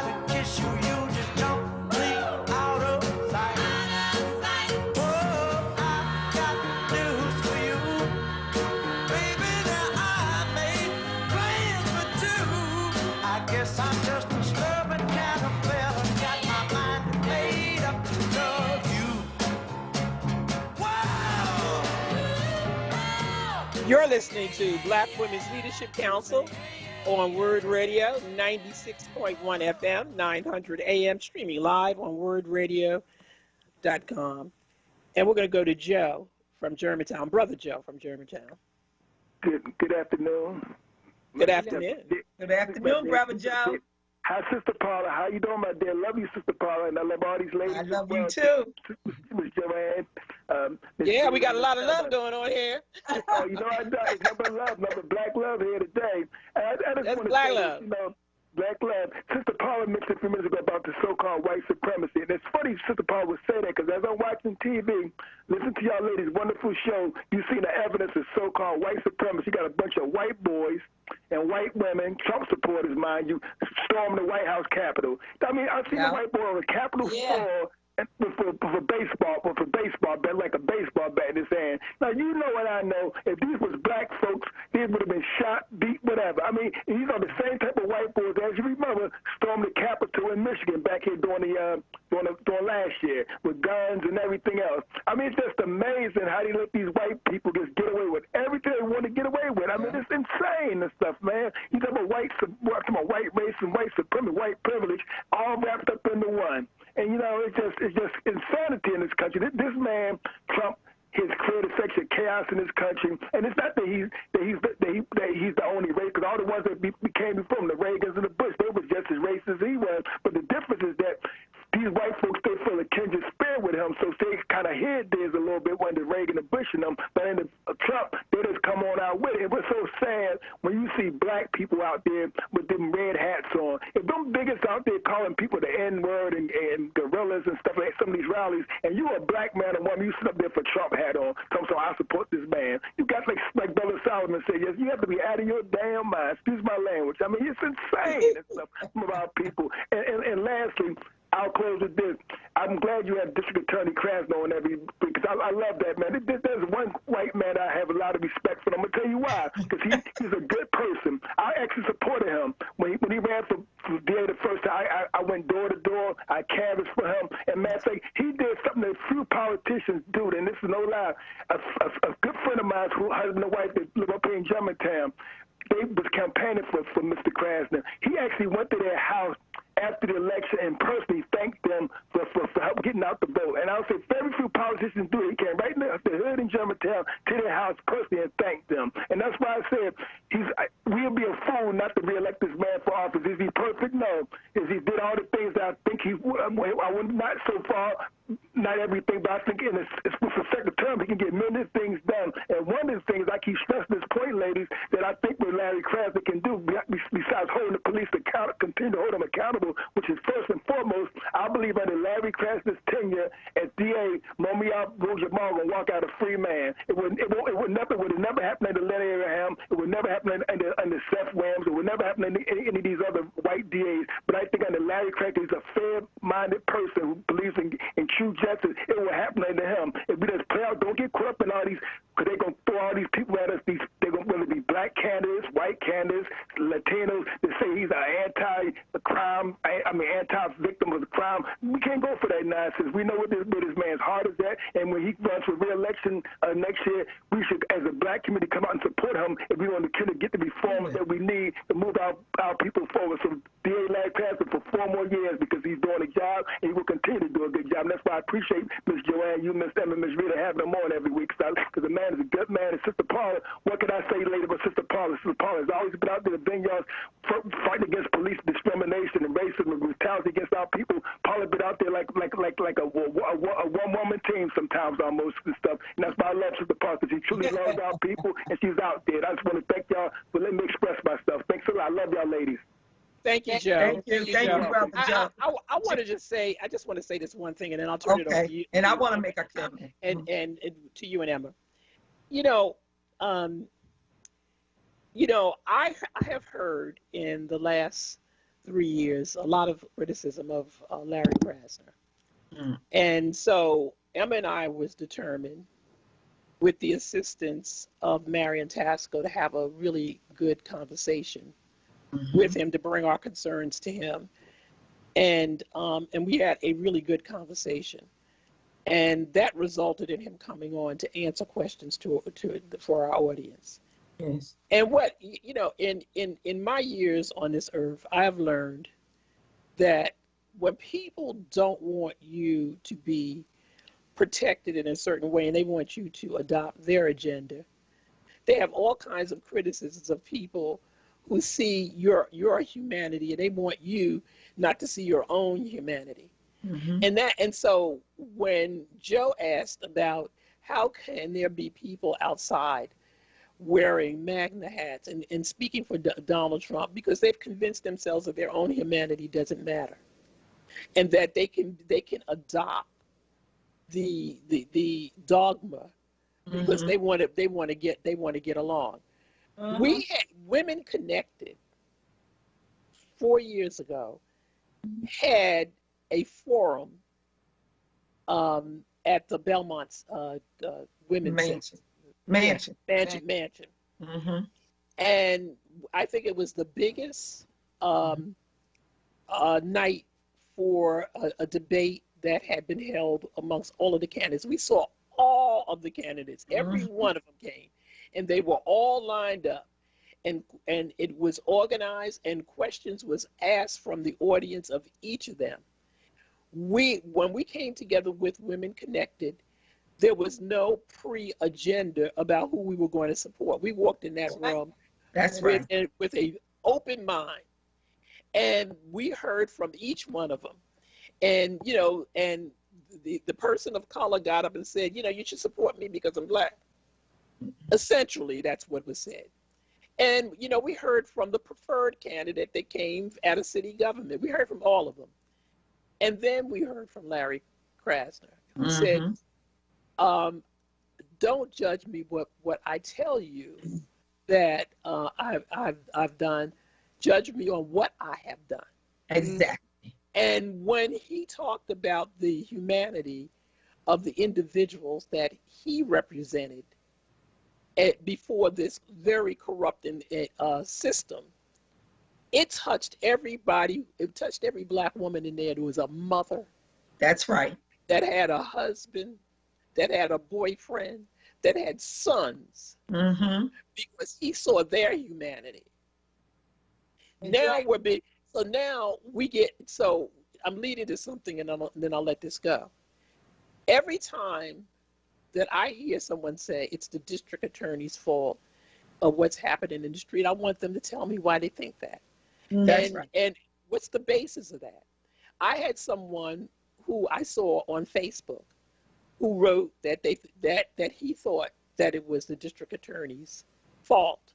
So I called him up and I said, okay, if you think that, give me the reasons why, and better yet, come on the show and have a discussion with him. He's going to be on. He backed out. Mm-hmm. And so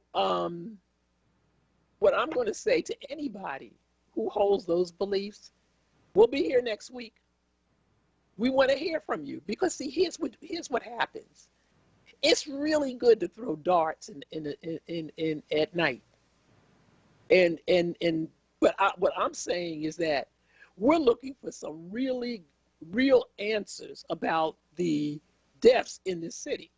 Right. And I maintain, and Emma maintains, that if 499 white people died last year, we would be in a state of emergency. That's right. And so I believe that we are a city of the first class, the city of Philadelphia, with a strong mayor, form of government, and we have city council.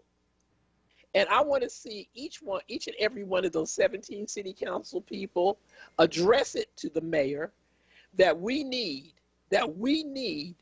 to call a state of emergency, whatever that is, and to have some sort of task force to address this issue. Now, they will tell you that a lot of this comes from poverty and that it's systemic. We get that. But we can walk and chew gum. We can put things together. And that's why we open up the phone line to the DA every week to have this discussion. And if you're not a punk, and if you think you got something you got to say, you call up and you say it. Because see, I don't hear anybody calling to say, I don't hear anybody on this line call in to say, look, I disagree with you. This is what I think you ought to do, DA. Caller. You're right, Joe. You're right. And when I think about Larry Krasner, and I too, like Brother Joe, and all those organizations that I'm a part of, work to make certain that he was elected the first time. And we can assure you we're going to do it for him to be reelected next year. Because like the late Congressman Bill Gray used to say, when people would attack him, he'd say, follow me. And he would take his right hand and he would touch everything that he had done and said, you can't attack me based on what you think about me. I can actually show you what I have done. And I think that's true in relationship to DA Larry Krasner, that he can point to what he has done over the past almost 4 years that he's been in office. Okay. We're going to have to move real quickly because we have the lines are backed up. We're going to go to Brother Sultan, North Philly. Okay. Good. Peace, my dear sisters. Peace. Peace. How are you? I love all y'all, and it's truly a blessing and a pleasure and an honor to be able to be in this conversation with y'all. And like the brother was talking about earlier, as I was listening to your show, I was constantly being bombarded with text messages regarding what's going on in Washington, D.C. right now as we speak. Yeah. And for me, that's an atrocity. That's an atrocity that give us an update because we're on air. Give us an update about what's going on. First and foremost, they've seized the Capitol. Wow! They literally seized the Capitol. They're inside. Where's the National Guard? Where's the National Guard? The National Guard. The last time I looked, they were outside trying to stop them. But inside that building, Congress people have begun to shut their offices down and send their staffs home. And then it's ironic because I read another quotation regarding something from Donald Trump Jr. Now, you know his father was the one that invited all these fools there.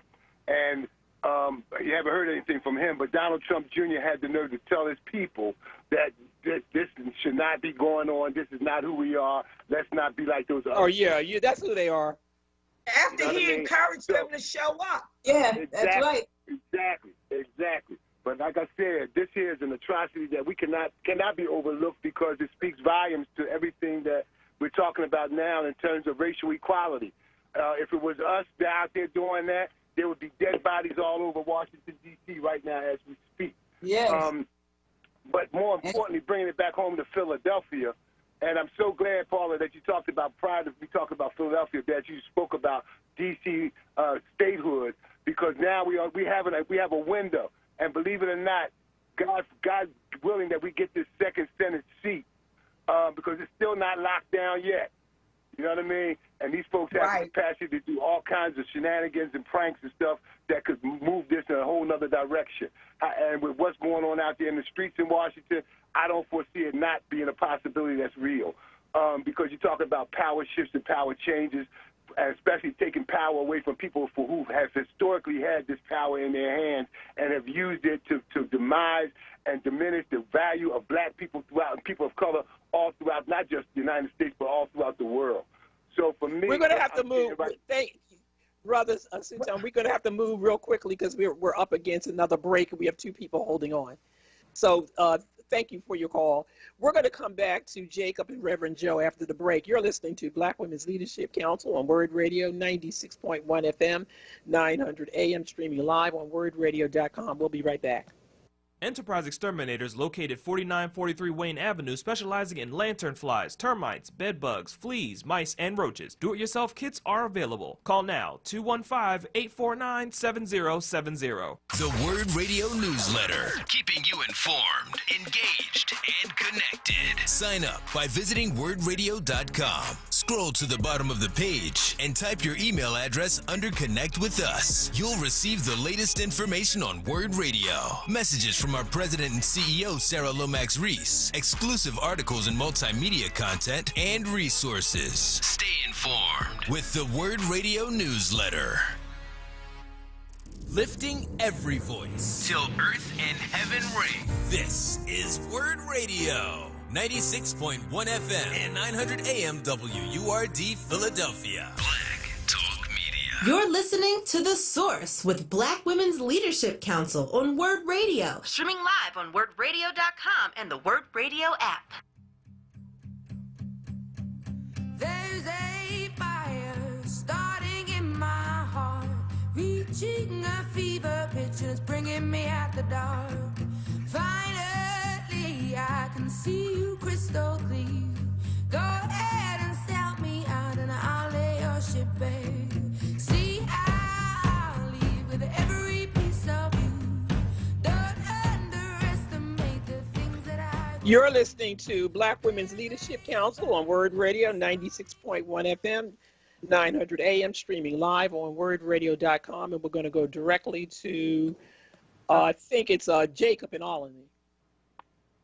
All right. Peace be unto you, sisters. Peace be unto you. Thank you.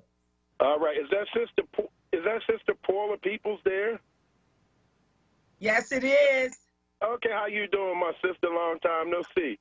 But yes, you know what? Yes, good to hear you. I got to say this here. Black women are the bomb. You know, if I was a president, I would give Stacey Abrams the Congressional Medal of Honor. You know, because she didn't get mad. We agree. Yes. You know, she didn't get mad. She got even. She put her anger to work, and look what was happening now. It's going to be, like the brother just said, I can't wait to get home, and I wonder if on the news they're going to show where white people were rioting in the Capitol, you know, because I call that a riot. I call that homegrown terrorism, but I wonder, are they going to label it for what it is? Because I'm sure they're going to handle it, because the bottom line is, whatever they do, January the 20th cometh, right? That's right. So that's all I got to say. And y'all keep on doing what y'all do. As Reverend Joe say, how you doing, Reverend Joe? Y'all keep on doing what you do, and we can't lose. Ain't no stopping us now. Thank you. No, that's right. That's right. Hey, Joe, I just had a moment to glimpse at the TV. They just took a woman out of the Capitol covered in blood on a stretcher. So all I'm going to say to what Brother Joe said earlier, and he's right, if it was us, our bodies probably would be laying down all on the ground from being shot. And I'm hoping that President Biden changes his mind about not following up on what occurs prior to him taking the oath of office. These folks need to be brought into for account. They've taken over the Capitol. It's unacceptable. They just can't be allowed. Donald Trump wanted that. He invited it. He encouraged it. He encouraged it because he was like, "I'll burn the thing down before if I gotta leave." He's not going quietly. He incited them. He brought them there. I thought the National Guard was supposed to be there because how did they get up into the Capitol? Because I would have locked their butts up before they could even get close. That's right. They even got to the Cannon office building. They've gone to all the buildings. Oh, yeah, they're in there. And the staff has to run out of there. They've told the staff to leave. Because the Mayor Bowles is asking the National Guard to come in and remove them, but based on what I'm glancing at, it has not happened thus far. And the D.C. police said they're trying to deal with the traffic. What? But that's what the National Guard was supposed to be there. Something, you know, I think something's not right. He's trying to create a circumstances to call the military in and declare a state of emergency, martial law, so his butt can stay. We're going to go to we're going to go to Reverend Joe Mount Airy. Good afternoon, ladies. Good afternoon. Happy New Year. And I want to congratulate all of you. You got the right stuff. You know, two ways about that. And hate will eventually turn on the hater. I just left Atlanta, Georgia after 2 months being there. My daughter lives there. And I hope were you turning out the vote? Yes, ma'am. And what it amounts to, not only can we shut bus companies down in Alabama, we can elect a black senator in Georgia, the capital of lynching. So you got the right stuff, and I want to congratulate both of you.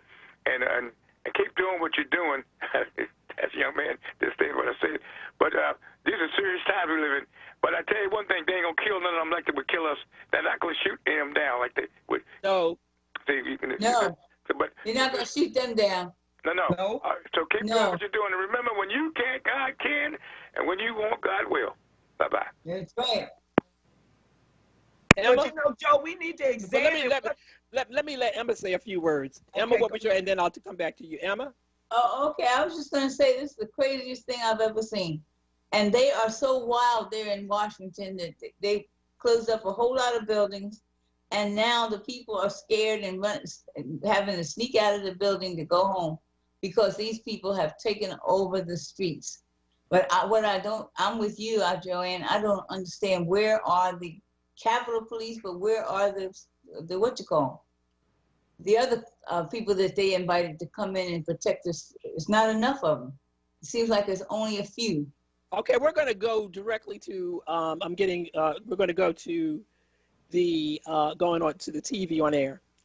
Going to what? Yes, we're going to go directly to the TV right now for a minute to get the information. Good. Cleared a path as that stretcher was brought out. We saw a woman. It was hard to tell whether or not that was a police officer or more likely probably a protester was on that stretcher. Did appear to be a female. Clearly a lot of blood, and the workers who were tending to her clearly attempting some resuscitation efforts, trying to provide oxygen, but this was clearly a very severe injury.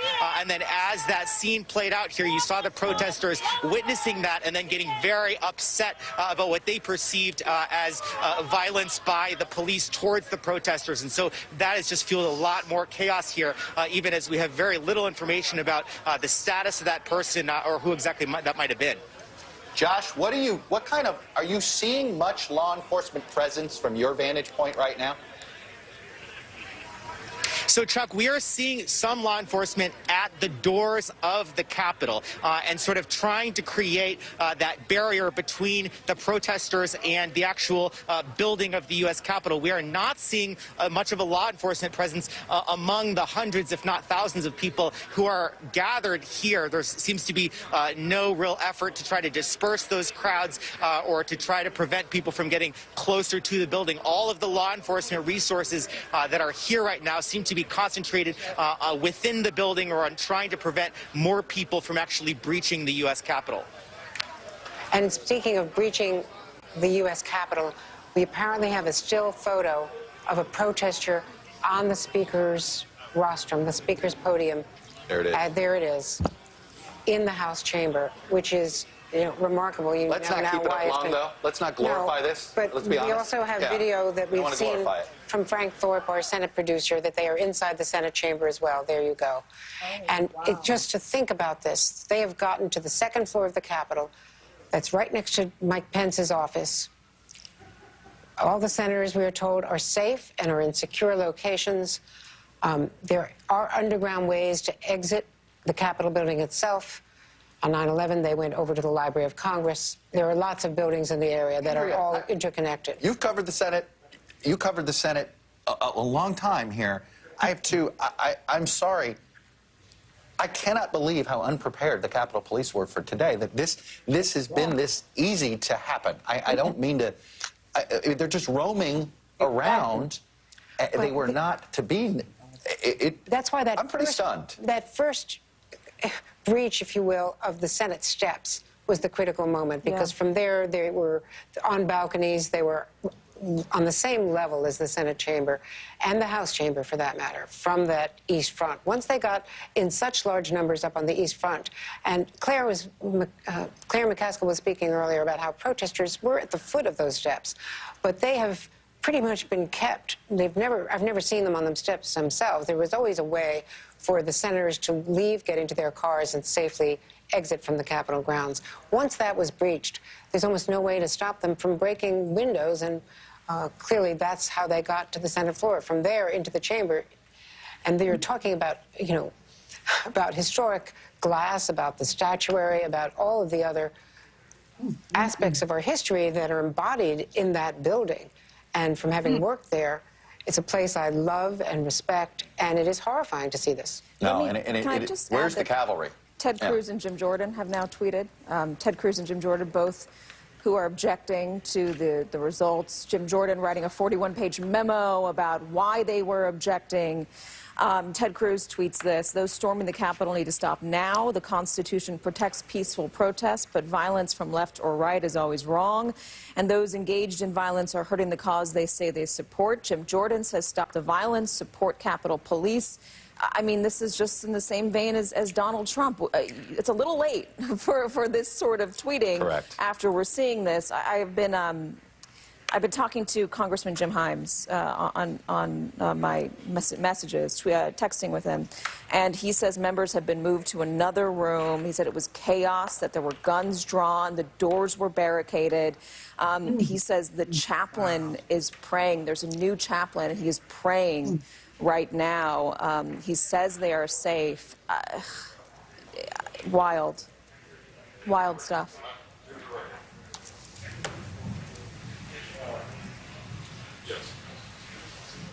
We just got word for what it's... Joe? Guns, they say guns drawn by whom? She wasn't specific. No. Was it the Capitol Police or was it the protesters? And on the other station, on CNN, they're calling it an insurrection of the Capitol. Ooh. And the bad part is that there's a lot of violence going on. That's right. Does this mean that they disrupted the certification of the election of, oh, wow. Okay. That's what I think it means. They intended to disrupt that. Well, anytime senators had to come out of there, senators had to run themselves. So the DA, I'm going to bring him up because this is absolutely ridiculous. It is. It's just crazy. And they let him, they let him get away. I don't understand why we don't have the. I don't understand why they didn't, because I had read that Muriel Bowser had said that she had the National Guard and they weren't prepared. So who was ill prepared? The Capitol Police? Was there not enough? Why didn't they think that they were going to do this? They are called the daggone Proud Boys. Yes. And what was the order given? Who gave the orders? There's a lot of investigation has to take place. Who gave the orders to the National Guard? Let's bring Larry. Larry, are you on? I am. Okay, so how are you? I'm doing all right. I'm a little upset to see that some people don't believe in democracy and think they can run wild in the Capitol. That's right. That's right. That's unbelievable. It makes absolutely no sense that I'm saying, what happened to the Capitol Police, and what happened to the National Guard? Exactly. Well, and the city police. I thought the National Guard was supposed to be there.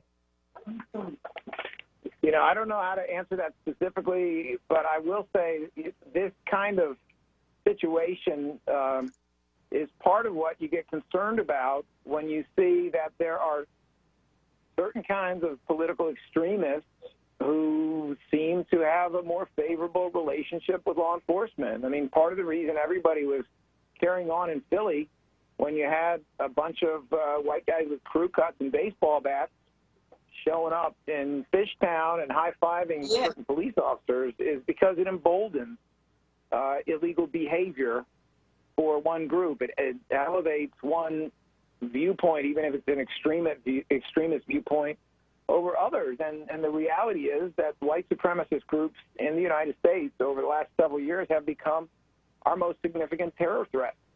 So it's extremely disappointing to see, a bunch of guys who, in my mind, mostly can't tie their shoes, walking into the U.S. Capitol and, without any substantial interference. But, I will say this.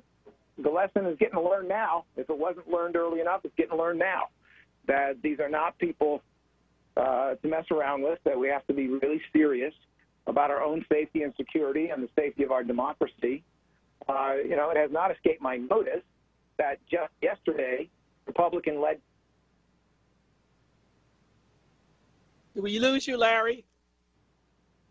Who had won his election, and doing so on the eve of federally elected Republicans playing the fool about the Electoral College today, and simultaneously the group Donald Trump told to, quote, well, you know what? I don't remember the quote, but the quote was essentially... What was it about stand? What was it, Emma? What did Donald Trump say? Stand down. And stand by. And stand back. Stand back Right. and stand by. Yeah, it was something I think it was stand by and stand down. In other words, don't do it yet, but we're going to need you. And here they are. So Here they are. It's truly alarming. We can only hope and pray that nobody's going to get shot. But they knew that this was going to happen. What did they think when they allowed the Proud Boys to come into town? They knew this. He advertised this. My point is, how did they get into the Capitol? Listen, Larry, you know it. I know it. Paula knows it. Emma knows it. If we had 500 or even 4 black people with guns marching on the Capitol, they wouldn't be here right now. We would be having their funeral arrangements. And I can only imagine, 4 black men walking in with berets, leather jackets, like they used to, like the Black Panthers used to wear. Right. I can only imagine how swiftly that would have been addressed. And sadly, we have this disgraceful moment happening at the U.S. Capitol. Larry, hold again. They want to go back to the news again. Hold on. Let's go. We can go into details, giving warnings and start moving people, bringing prisoner vans up. The Metropolitan Police Department and the Capitol Police have their mass arrest procedures set up and ready to go when they're ready to retake the outside. The inside needs to be swept and cared for. Then they'll start making sure the building, and then they'll start with the officers on the outside. Pictures of people with guns drawn like this, I get it, but you need manpower in there to take these people out. Terry, why have we not yet seen the National Guard? This has been happening for over an hour. There's a process to get the National Guard to get in, and to get them in a law enforcement position requires an awful lot of work through the military chain of command. But how much more dire does it need to be to not just move quickly? Right. Well, I think they are moving quickly inside the Capitol, and they're obviously the outside is there. But if we control the Capitol and they can't get in, this is a terrible nuisance. It's an affront. It is sending all the wrong pictures across the United States. But you can see that the Capitol Police and the leadership has gained some control of the West Front, and the East Front will be evacuated in due time. And then the beatings will continue against the sergeant of arms and the officers, friends of mine, people I've hired and know. So I don't have an explanation of their failure, but there is a friggin' failure. That's a good way of putting it. Friggin' failure there. Let me bring in Haley Talbot. She's one of our producers that's in the Capitol right now. So Haley, what can tell us what you're hearing and seeing on the inside? Hi, Chuck. Thank you so much. So I'm with 5 other reporters right now in Congressman Ruben Gallego's office. He is sheltering us. A bunch of members are down the hall in Longworth. They're sheltering down there. We just took, probably about a 10-minute walk from, the Capitol, from the House chamber down to Longworth. I was in there for a 2 to 4 o'clock pool shift for the TV folks, and as you guys saw, about 20, 30 minutes in, there was a lot of commotion on the House floor. People were starting to kind of get agitated. We started hearing overhead announcements, there's tear gas in the rotunda, protesters have breached the Capitol. We started to get gas masks out from under our seats. Some of the other reporters with me say they heard about 3 gunshots. And we were all holding our masks. Members were holding their masks. After a few minutes, we're all trying to stay calm and comfort each other. Some members from the actual down on the House floor started getting evacuated. I was with TV reporters and then some other members around on the top 3rd floor of the House floor. And we were told to get under our chairs. We were all sheltering. There were a few members praying over the members and reporters that were all sheltering. As we were doing this, we started hearing loud bangs just on the doors, on the glass doors off the floor. And while these bangs were happening, they started barricading the door. They actually broke the glass, the protesters, which was alarming. Members and Capitol Police were sheltering with us. I'd say that's probably one of the most tense moments. But after probably about 10 minutes of actively barricading the door, they managed to get us all out off the third floor. While we headed down the stairs from the third floor to get out of that area, there were protesters all laying on their fronts, laying on the ground with their hands behind their backs. I couldn't tell if it was protesters, but the members all around me had ascertained that it was protesters that had all been kind of placed down on the ground. Haley, are you okay? Oh, yeah, I'm totally fine. I will say all the reporters and the members here, we were all comforting each other. I was with a big group of female members who, were, Abigail Spanberger, for example, and Samila Jayapal, were being strong for everyone. And, as we left, we all kind of called our parents. We're okay. They were all calling their kids and their husbands. But, the members, and obviously Ruben Gallego is sheltering us in his office when we didn't really have anywhere to go. Haley, do you have are the Capitol Police protecting where you are right now, where you guys are sheltering? Do you feel as if you're protected, or is there just not enough manpower for them to protect the group of you right now? Yeah, exactly, Chuck. I think there are a few members in the hall, a few Capitol Police in the hallway, kind of, corralling people, but it did feel like maybe the protesters weren't being met with much force, and the fact that they could make it all the way to the chamber and members of Congress were what felt like in serious harm was alarming. I felt when this initially started happening, I thought I'm in the safest part of the country. I'm in the House chamber. Nothing could get to us. And then when that glass shattered, I think we all realized what dire situation. We have a lot more Republican members now, Chuck, calling for the president to do something. Kevin McCarthy was on Fox calling this un-American. He says he wants the president to say something. Marco Rubio now calling for the president to say something.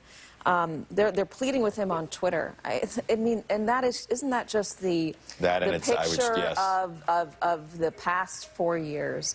Please, Mr. President, I have to talk to you on Twitter to try and restore order. I don't know. There's a lot of empty rhetoric. There's a lot of empty concern. This is one of those things.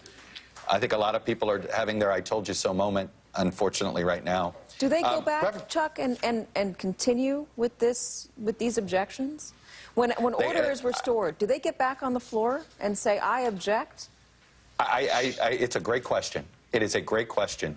I have to say, like I said, I'm very uncomfortable that unfortunately these folks have successfully delayed this, and that is something that is unfortunate. That is a perception that should not hold or stand. Congress can do some things remotely. This is important that they cannot disrupt this process and this easily. So, what a message it sends to the elections in 2022, the election in 2024.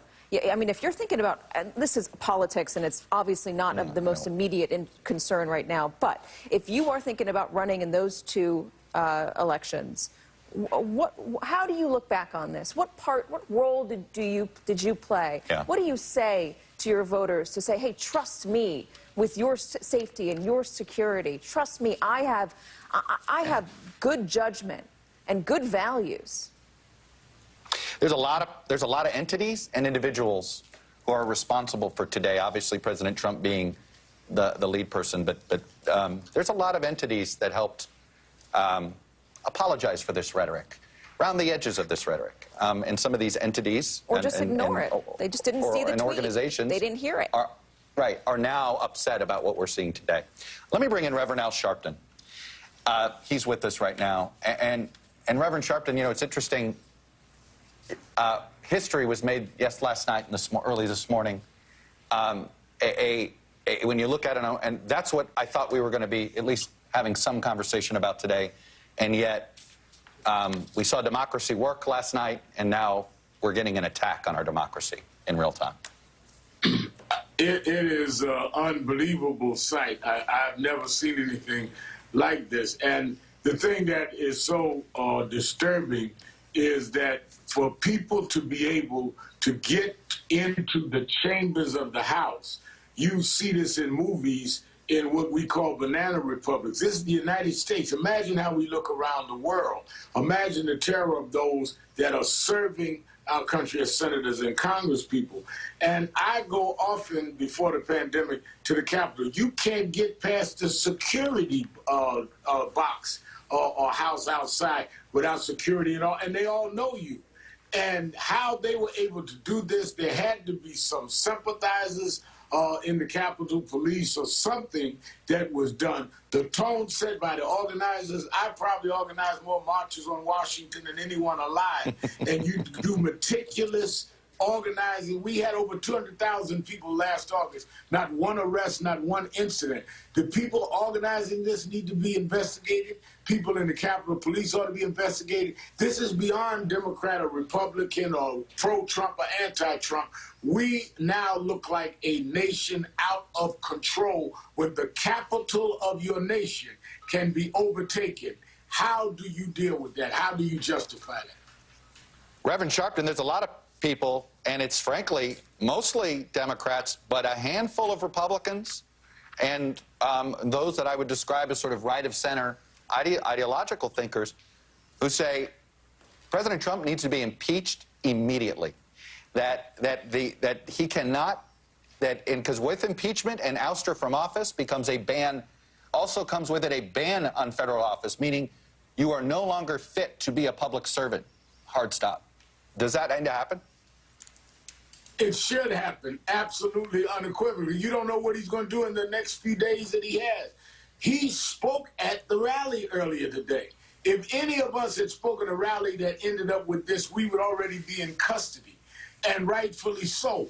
This is unbelievable. This president not only should be impeached, he should be ridiculed by members of the Republican Party. For people to be on Twitter asking him to say something, he has gone on television, cut off everything on TV to say absolutely nothing, to tell us to put bleach in our arms. And he can't now come forward and call this nation to order. Whether the protesters are looking or not, he should set a tone of stability and a tone that we are not going to have a government out of control. He should not be sitting in the White House with tweeting one thing and probably laughing to himself to the other, that this is what you get when I'm being run out of office with some fantasy that there was some fraud made here. He has not set a tone at all of stabilizing this country. Reverend Sharpton, are you surprised you haven't seen DHS here, given that we saw them so much over the summer? DHS, National Guard, all of this is unbelievable. As I said, we had a nonviolent march. They had boarded up all the downtown the night before for some people to come in nonviolently. So you're telling me there's been no preparation, no kind of strategy on what to happen when you have people saying they were going to come and do things. I think I heard one of the leaders say, have a wild rally. Oh, that leader's name was Donald J. Trump. Well, this is what you get, a wild rally. This is what people assume you meant, Mr. President. Reverend Sharpton, really appreciate you sharing your perspective with us. This is just on this day of an attack on our democracy. Reverend Sharpton, thank you. I want to bring in Republican Congressman Mike Gallagher. And he's on the phone with us. And Congressman, you just did a video message, and you said it basically plain up, straight up. You said, this is banana republic crap. What else did you want to say? And get off your chest here, sir. It needs to stop immediately. Immediately. Nobody wins in this scenario. America loses in this scenario. The President has got to call it off. He has to call it off. He's the only one who can. Today is not going to change the outcome of the election, and that was the fundamental lie that the objectors told their supporters from the start. And they told themselves that they could have the debate and there wouldn't be any cost. It was a freebie, right? Because you can grandstand about this and that, but we're not actually going to overturn the election. This is explicitly what was being said behind closed doors. This is the cost. This is the cost in real time. There may be no law against it, but there is a profound cost to our democracy. And the only other point I would make is that it's not just a domestic cost. It's a geopolitical international cost. Other countries look to America for leadership in times of crisis. I've served in countries in uniform where elections were quite literally life or death, where you couldn't walk to the polls without fear of getting killed if you were a member of the wrong religion or wrong political party. We do not want to go down that path. We do not want to go down that path. And all the heated rhetoric about life or death elections is suddenly becoming reality. We got to tone it down, and I get it. We've always had ambitious politicians from the beginning of our republic to the present day, and we always will. But this is bigger than any one of our political careers. My God, I mean, look at what is happening on the House floor right now. It's got to stop. Call it off. We can have peaceful debates about policy issues going forward. And what a blessing it is to live in a country where you can resolve your differences peacefully. But this has got to stop. Congressman, Mitch McConnell said right before this all fell apart, "I will not pretend such a vote will be a harmless protest gesture." Those words have even more meaning as we're watching what's happening right now. Do you have feelings about, I'm trying to put this the right way, how the lawmakers who objected, your Republican colleagues who objected, who stoked this, who perpetuated this lie that the election was stolen, how they should be treated in the next Congress?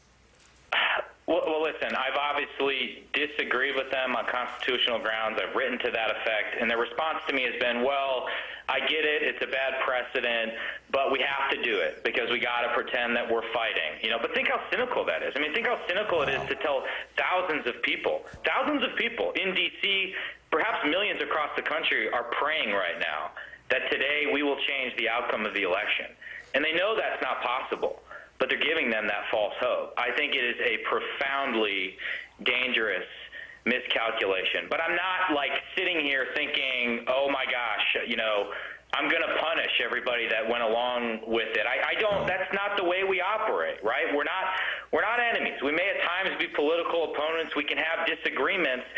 And that's the idea. It doesn't need to descend into chaos. I mean, we have protesters standing off against armed police in the Capitol, the vice president being rushed off the House floor, barricading the House floor. Like, I don't care what your theory about the Constitution is or whether you're a far-left progressive or a centrist or a hard-right conservative. That should embarrass you. Like, that's something we can all agree on is bad. Congressman David French over at the Dispatch essentially said what the president has done, he did it with malice, and that, you know, maybe he needs to be impeached and removed from office. And as you know, what comes with impeachment is a lifetime ban from holding federal office, which would be the point of this. Do you believe he has lost that is something that maybe you ought to contemplate, because he has lost his ability to govern in this country? I've never considered I don't want to make this about impeachment. I don't want this to become like I get that. a super partisan thing. I just don't want protesters to threaten the lives of congressmen and things to spiral out of control today. So I think it's far more likely that the immediate step that needs to happen is for the president to call this off and just say it's over. The election's over. Nothing's going to change that today. Let's take that step first, and then we can have a big old argument about what this means for the party. But I don't want to like politicize the safety and health of, people working in the United States Capitol. Congressman, I wonder if that would help. A little bit of news just to update us on. One person has now been confirmed, we've confirmed this, to be shot inside the U.S. Capitol. DHS is on the scene. And also, this is Ralph Northam, the governor of Virginia, saying that he is working closely with Mayor Bowser and Speaker Pelosi and Senator Schumer to respond to the situation in D.C. Per the mayor's request, he is sending members of the Virginia National Guard along with 200 Virginia state troopers. I want to get your take on the security around the Capitol today. How did this happen? I I have no idea. I mean, how? I mean, they had to anticipate that people were going to be coming from the Trump rally. I mean, how do you let people breach the Senate floor and the House floor and run wild in Statuary Hall? I fundamentally don't understand it. I don't want to make any judgments, and I know we got really dedicated, hardworking people risking their lives every day to keep us safe, so I'm not going to judge them, but I just fundamentally don't understand it. You know, Congressman Gallagher, you're not alone. A whole bunch of people who used to work for the president are now going on Twitter saying similar things to what you're saying, that he has to do more. Mick Mulvaney saying the president's tweet is not enough, that he can stop this, tell these folks to go home. Kellyanne Conway is asking it for it to be stopped. Brad Parscale is saying this isn't MAGA. You do have a whole bunch of, including Ivanka Trump now, trying to say the violence must stop immediately. But the president seems to be doing nothing. I mean, absolutely nothing. It's a bit chilling, sir. I don't get it. I mean, I don't. Do you really not get it after all of this? I assume, you know, it's the fundamental bet that the objectors have made too, right? It's you can stoke the outrage without it actually descending into chaos, and you can keep the political support. But obviously, we're seeing that's not true. It's not true, and it's just not. It's not the Republican Party that I signed up for. It is not the country that I love, that I, risk my life in uniform to protect. It has absolutely nothing to do with the Constitution of the United States. It's cynical politics at its worst, and no election is worth it. Like, I'm getting destroyed because for the last week I've been saying, overturning the Electoral College is a bad idea, but who cares? Like, it's not worth an election to countenance this behavior in the Capitol. I know you don't want to get into politics, but this is the president that stoked this. I mean, there's no arguing that. He said it an hour ago when he was on those rally steps. He said, march on the Capitol, go down Pennsylvania Avenue. This is what happened.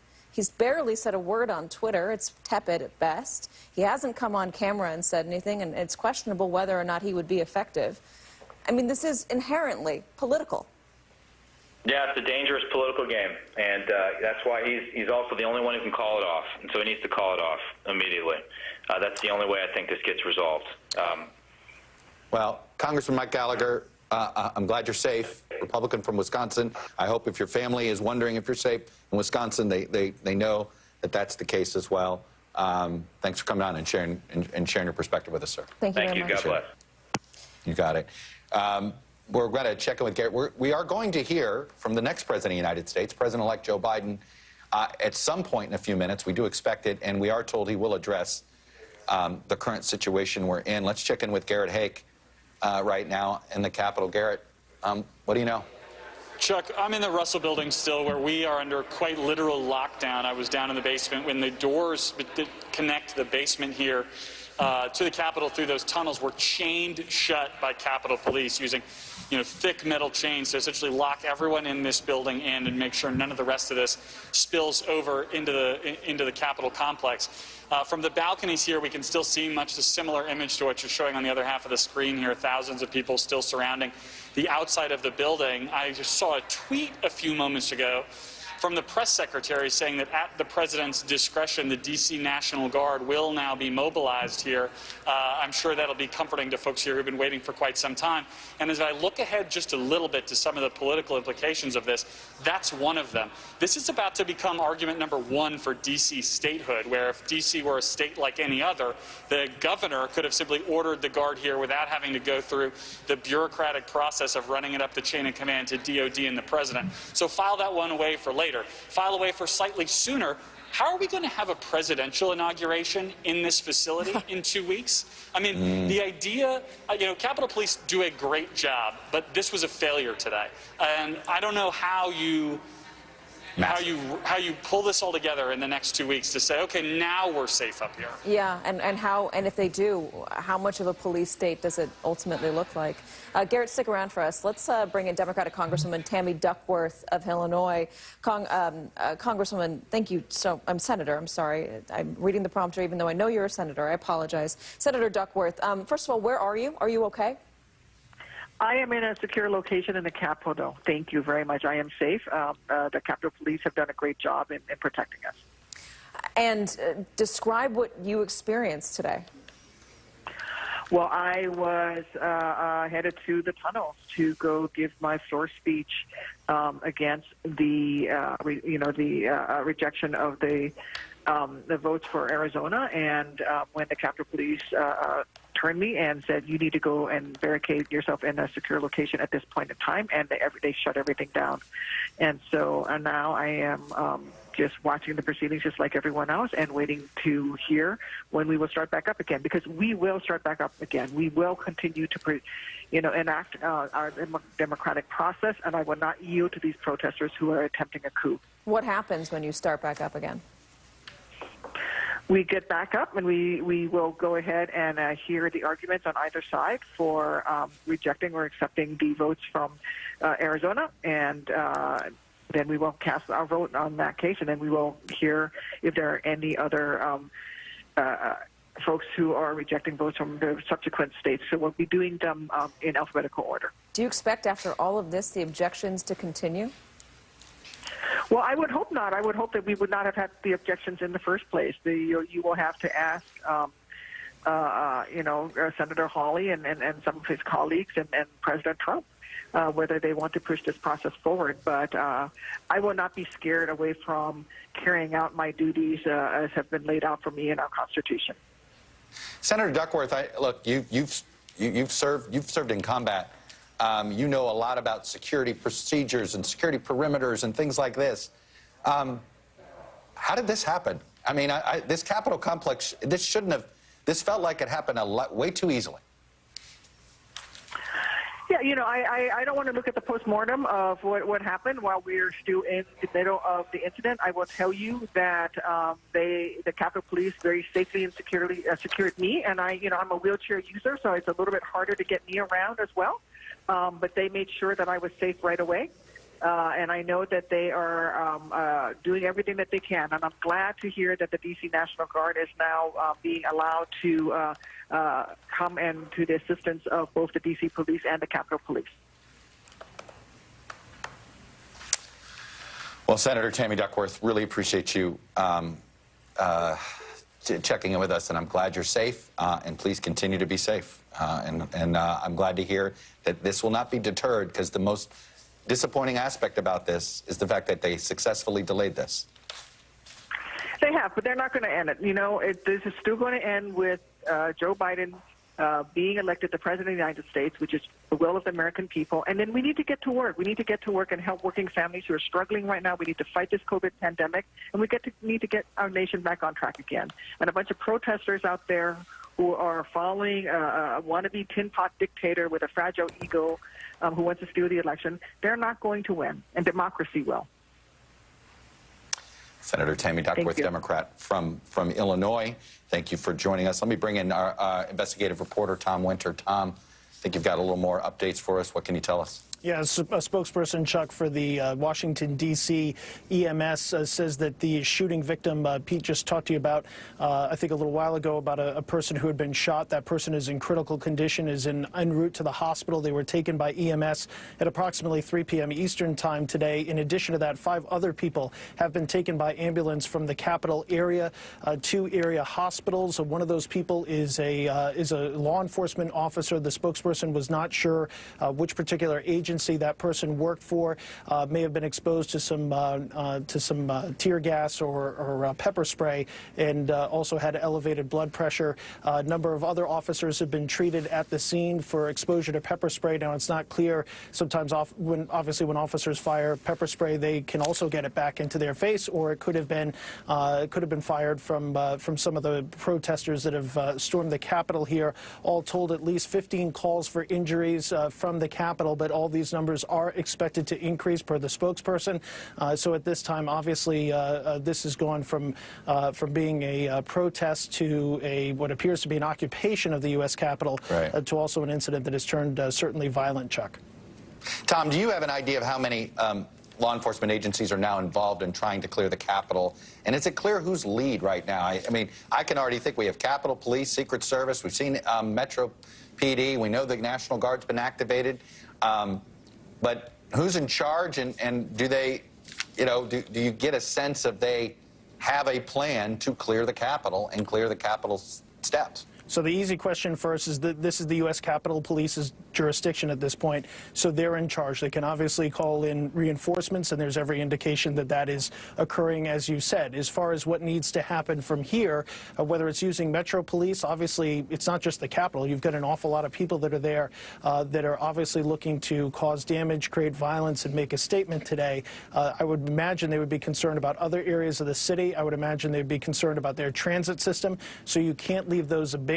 Typically in this type of situation, if I was thinking if this was the NYPD, perhaps Boston Police and others, other law enforcement agencies that I cover, they would have an overwhelming show of force from here on out. Presumably the National Guard could be used for that. At this point, you've got to get control of the situation. Some of the video that we've seen, Chuck, shows a situation where you have one officer in the Capitol backing up with a stick out, kind of a collapsible stick. I think you're looking at the video right there, a baton, essentially trying to push these people back. But you're in a situation where you can't make arrests here. If you arrested the person, say, in that video at the beginning of it, they've got another 15, 20 people right behind them. That's not going to work.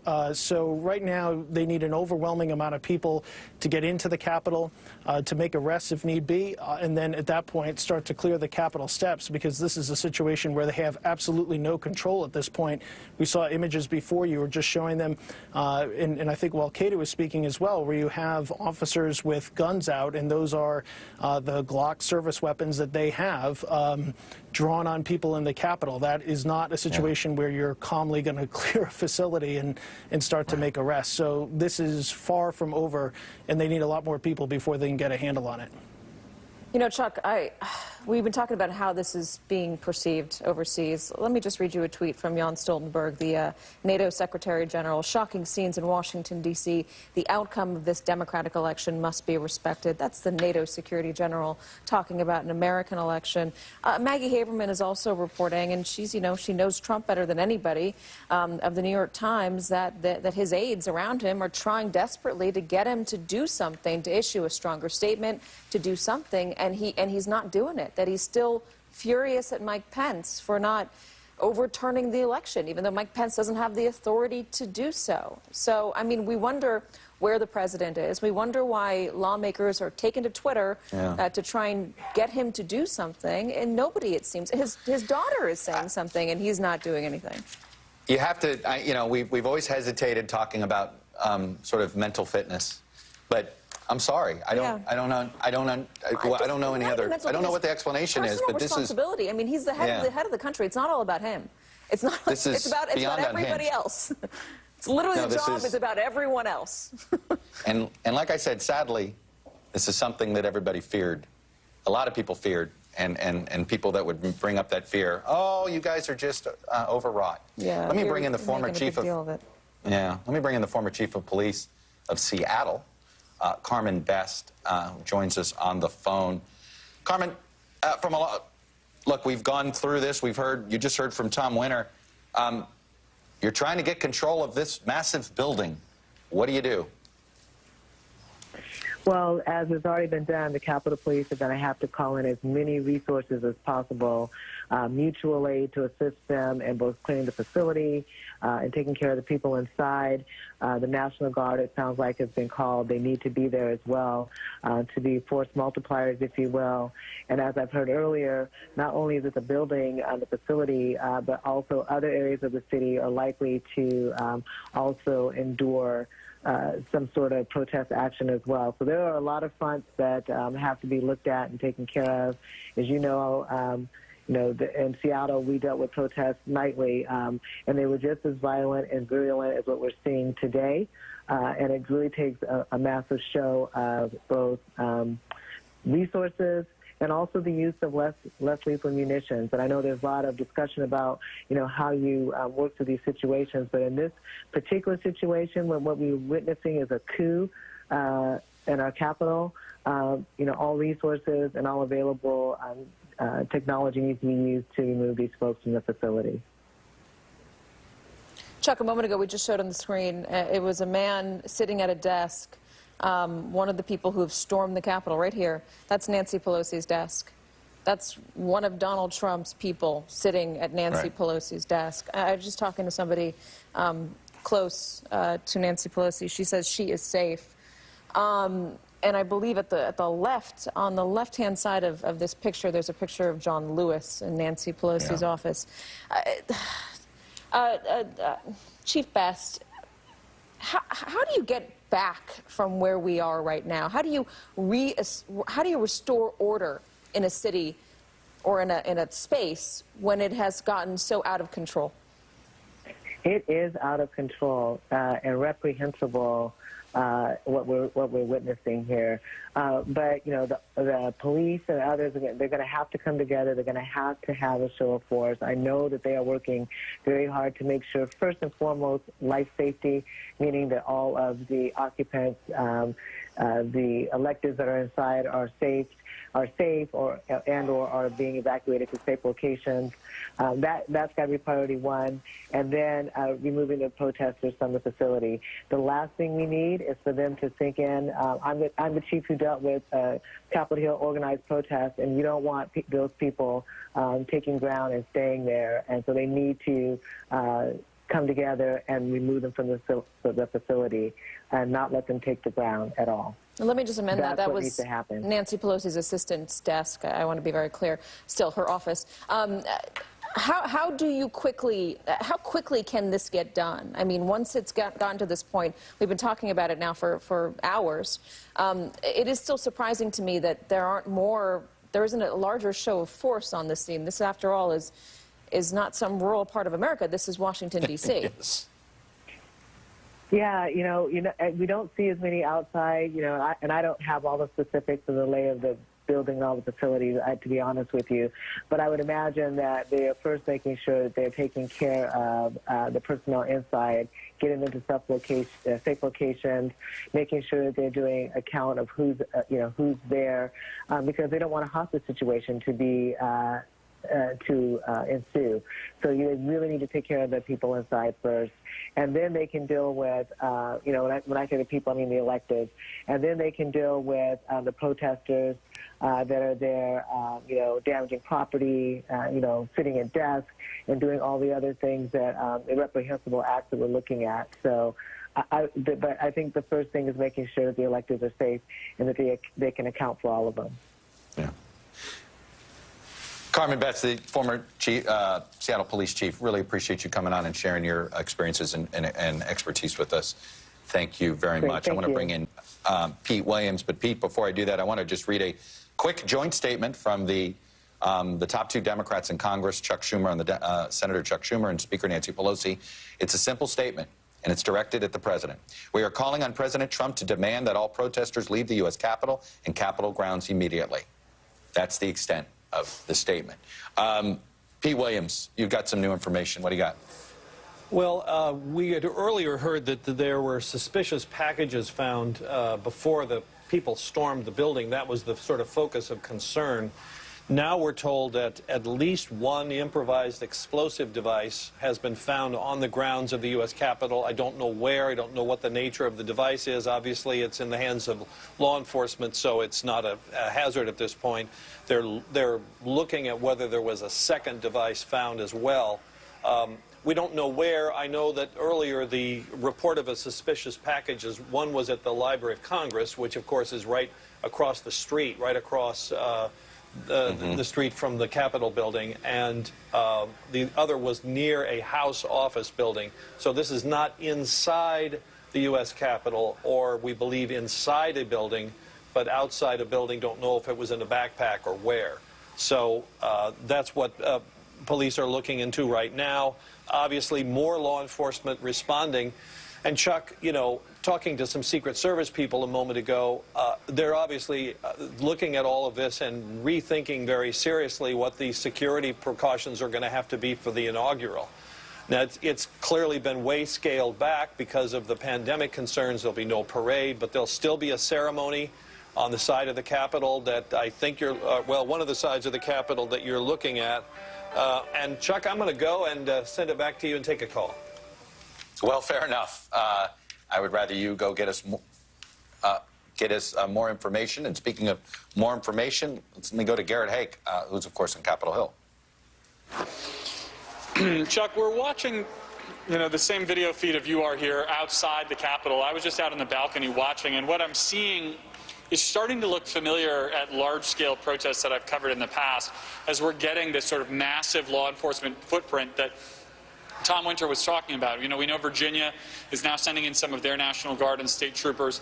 The governor of Maryland just tweeted a few minutes ago that he's sending in some Maryland state troopers.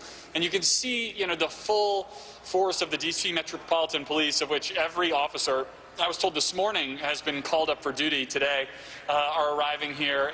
And you're just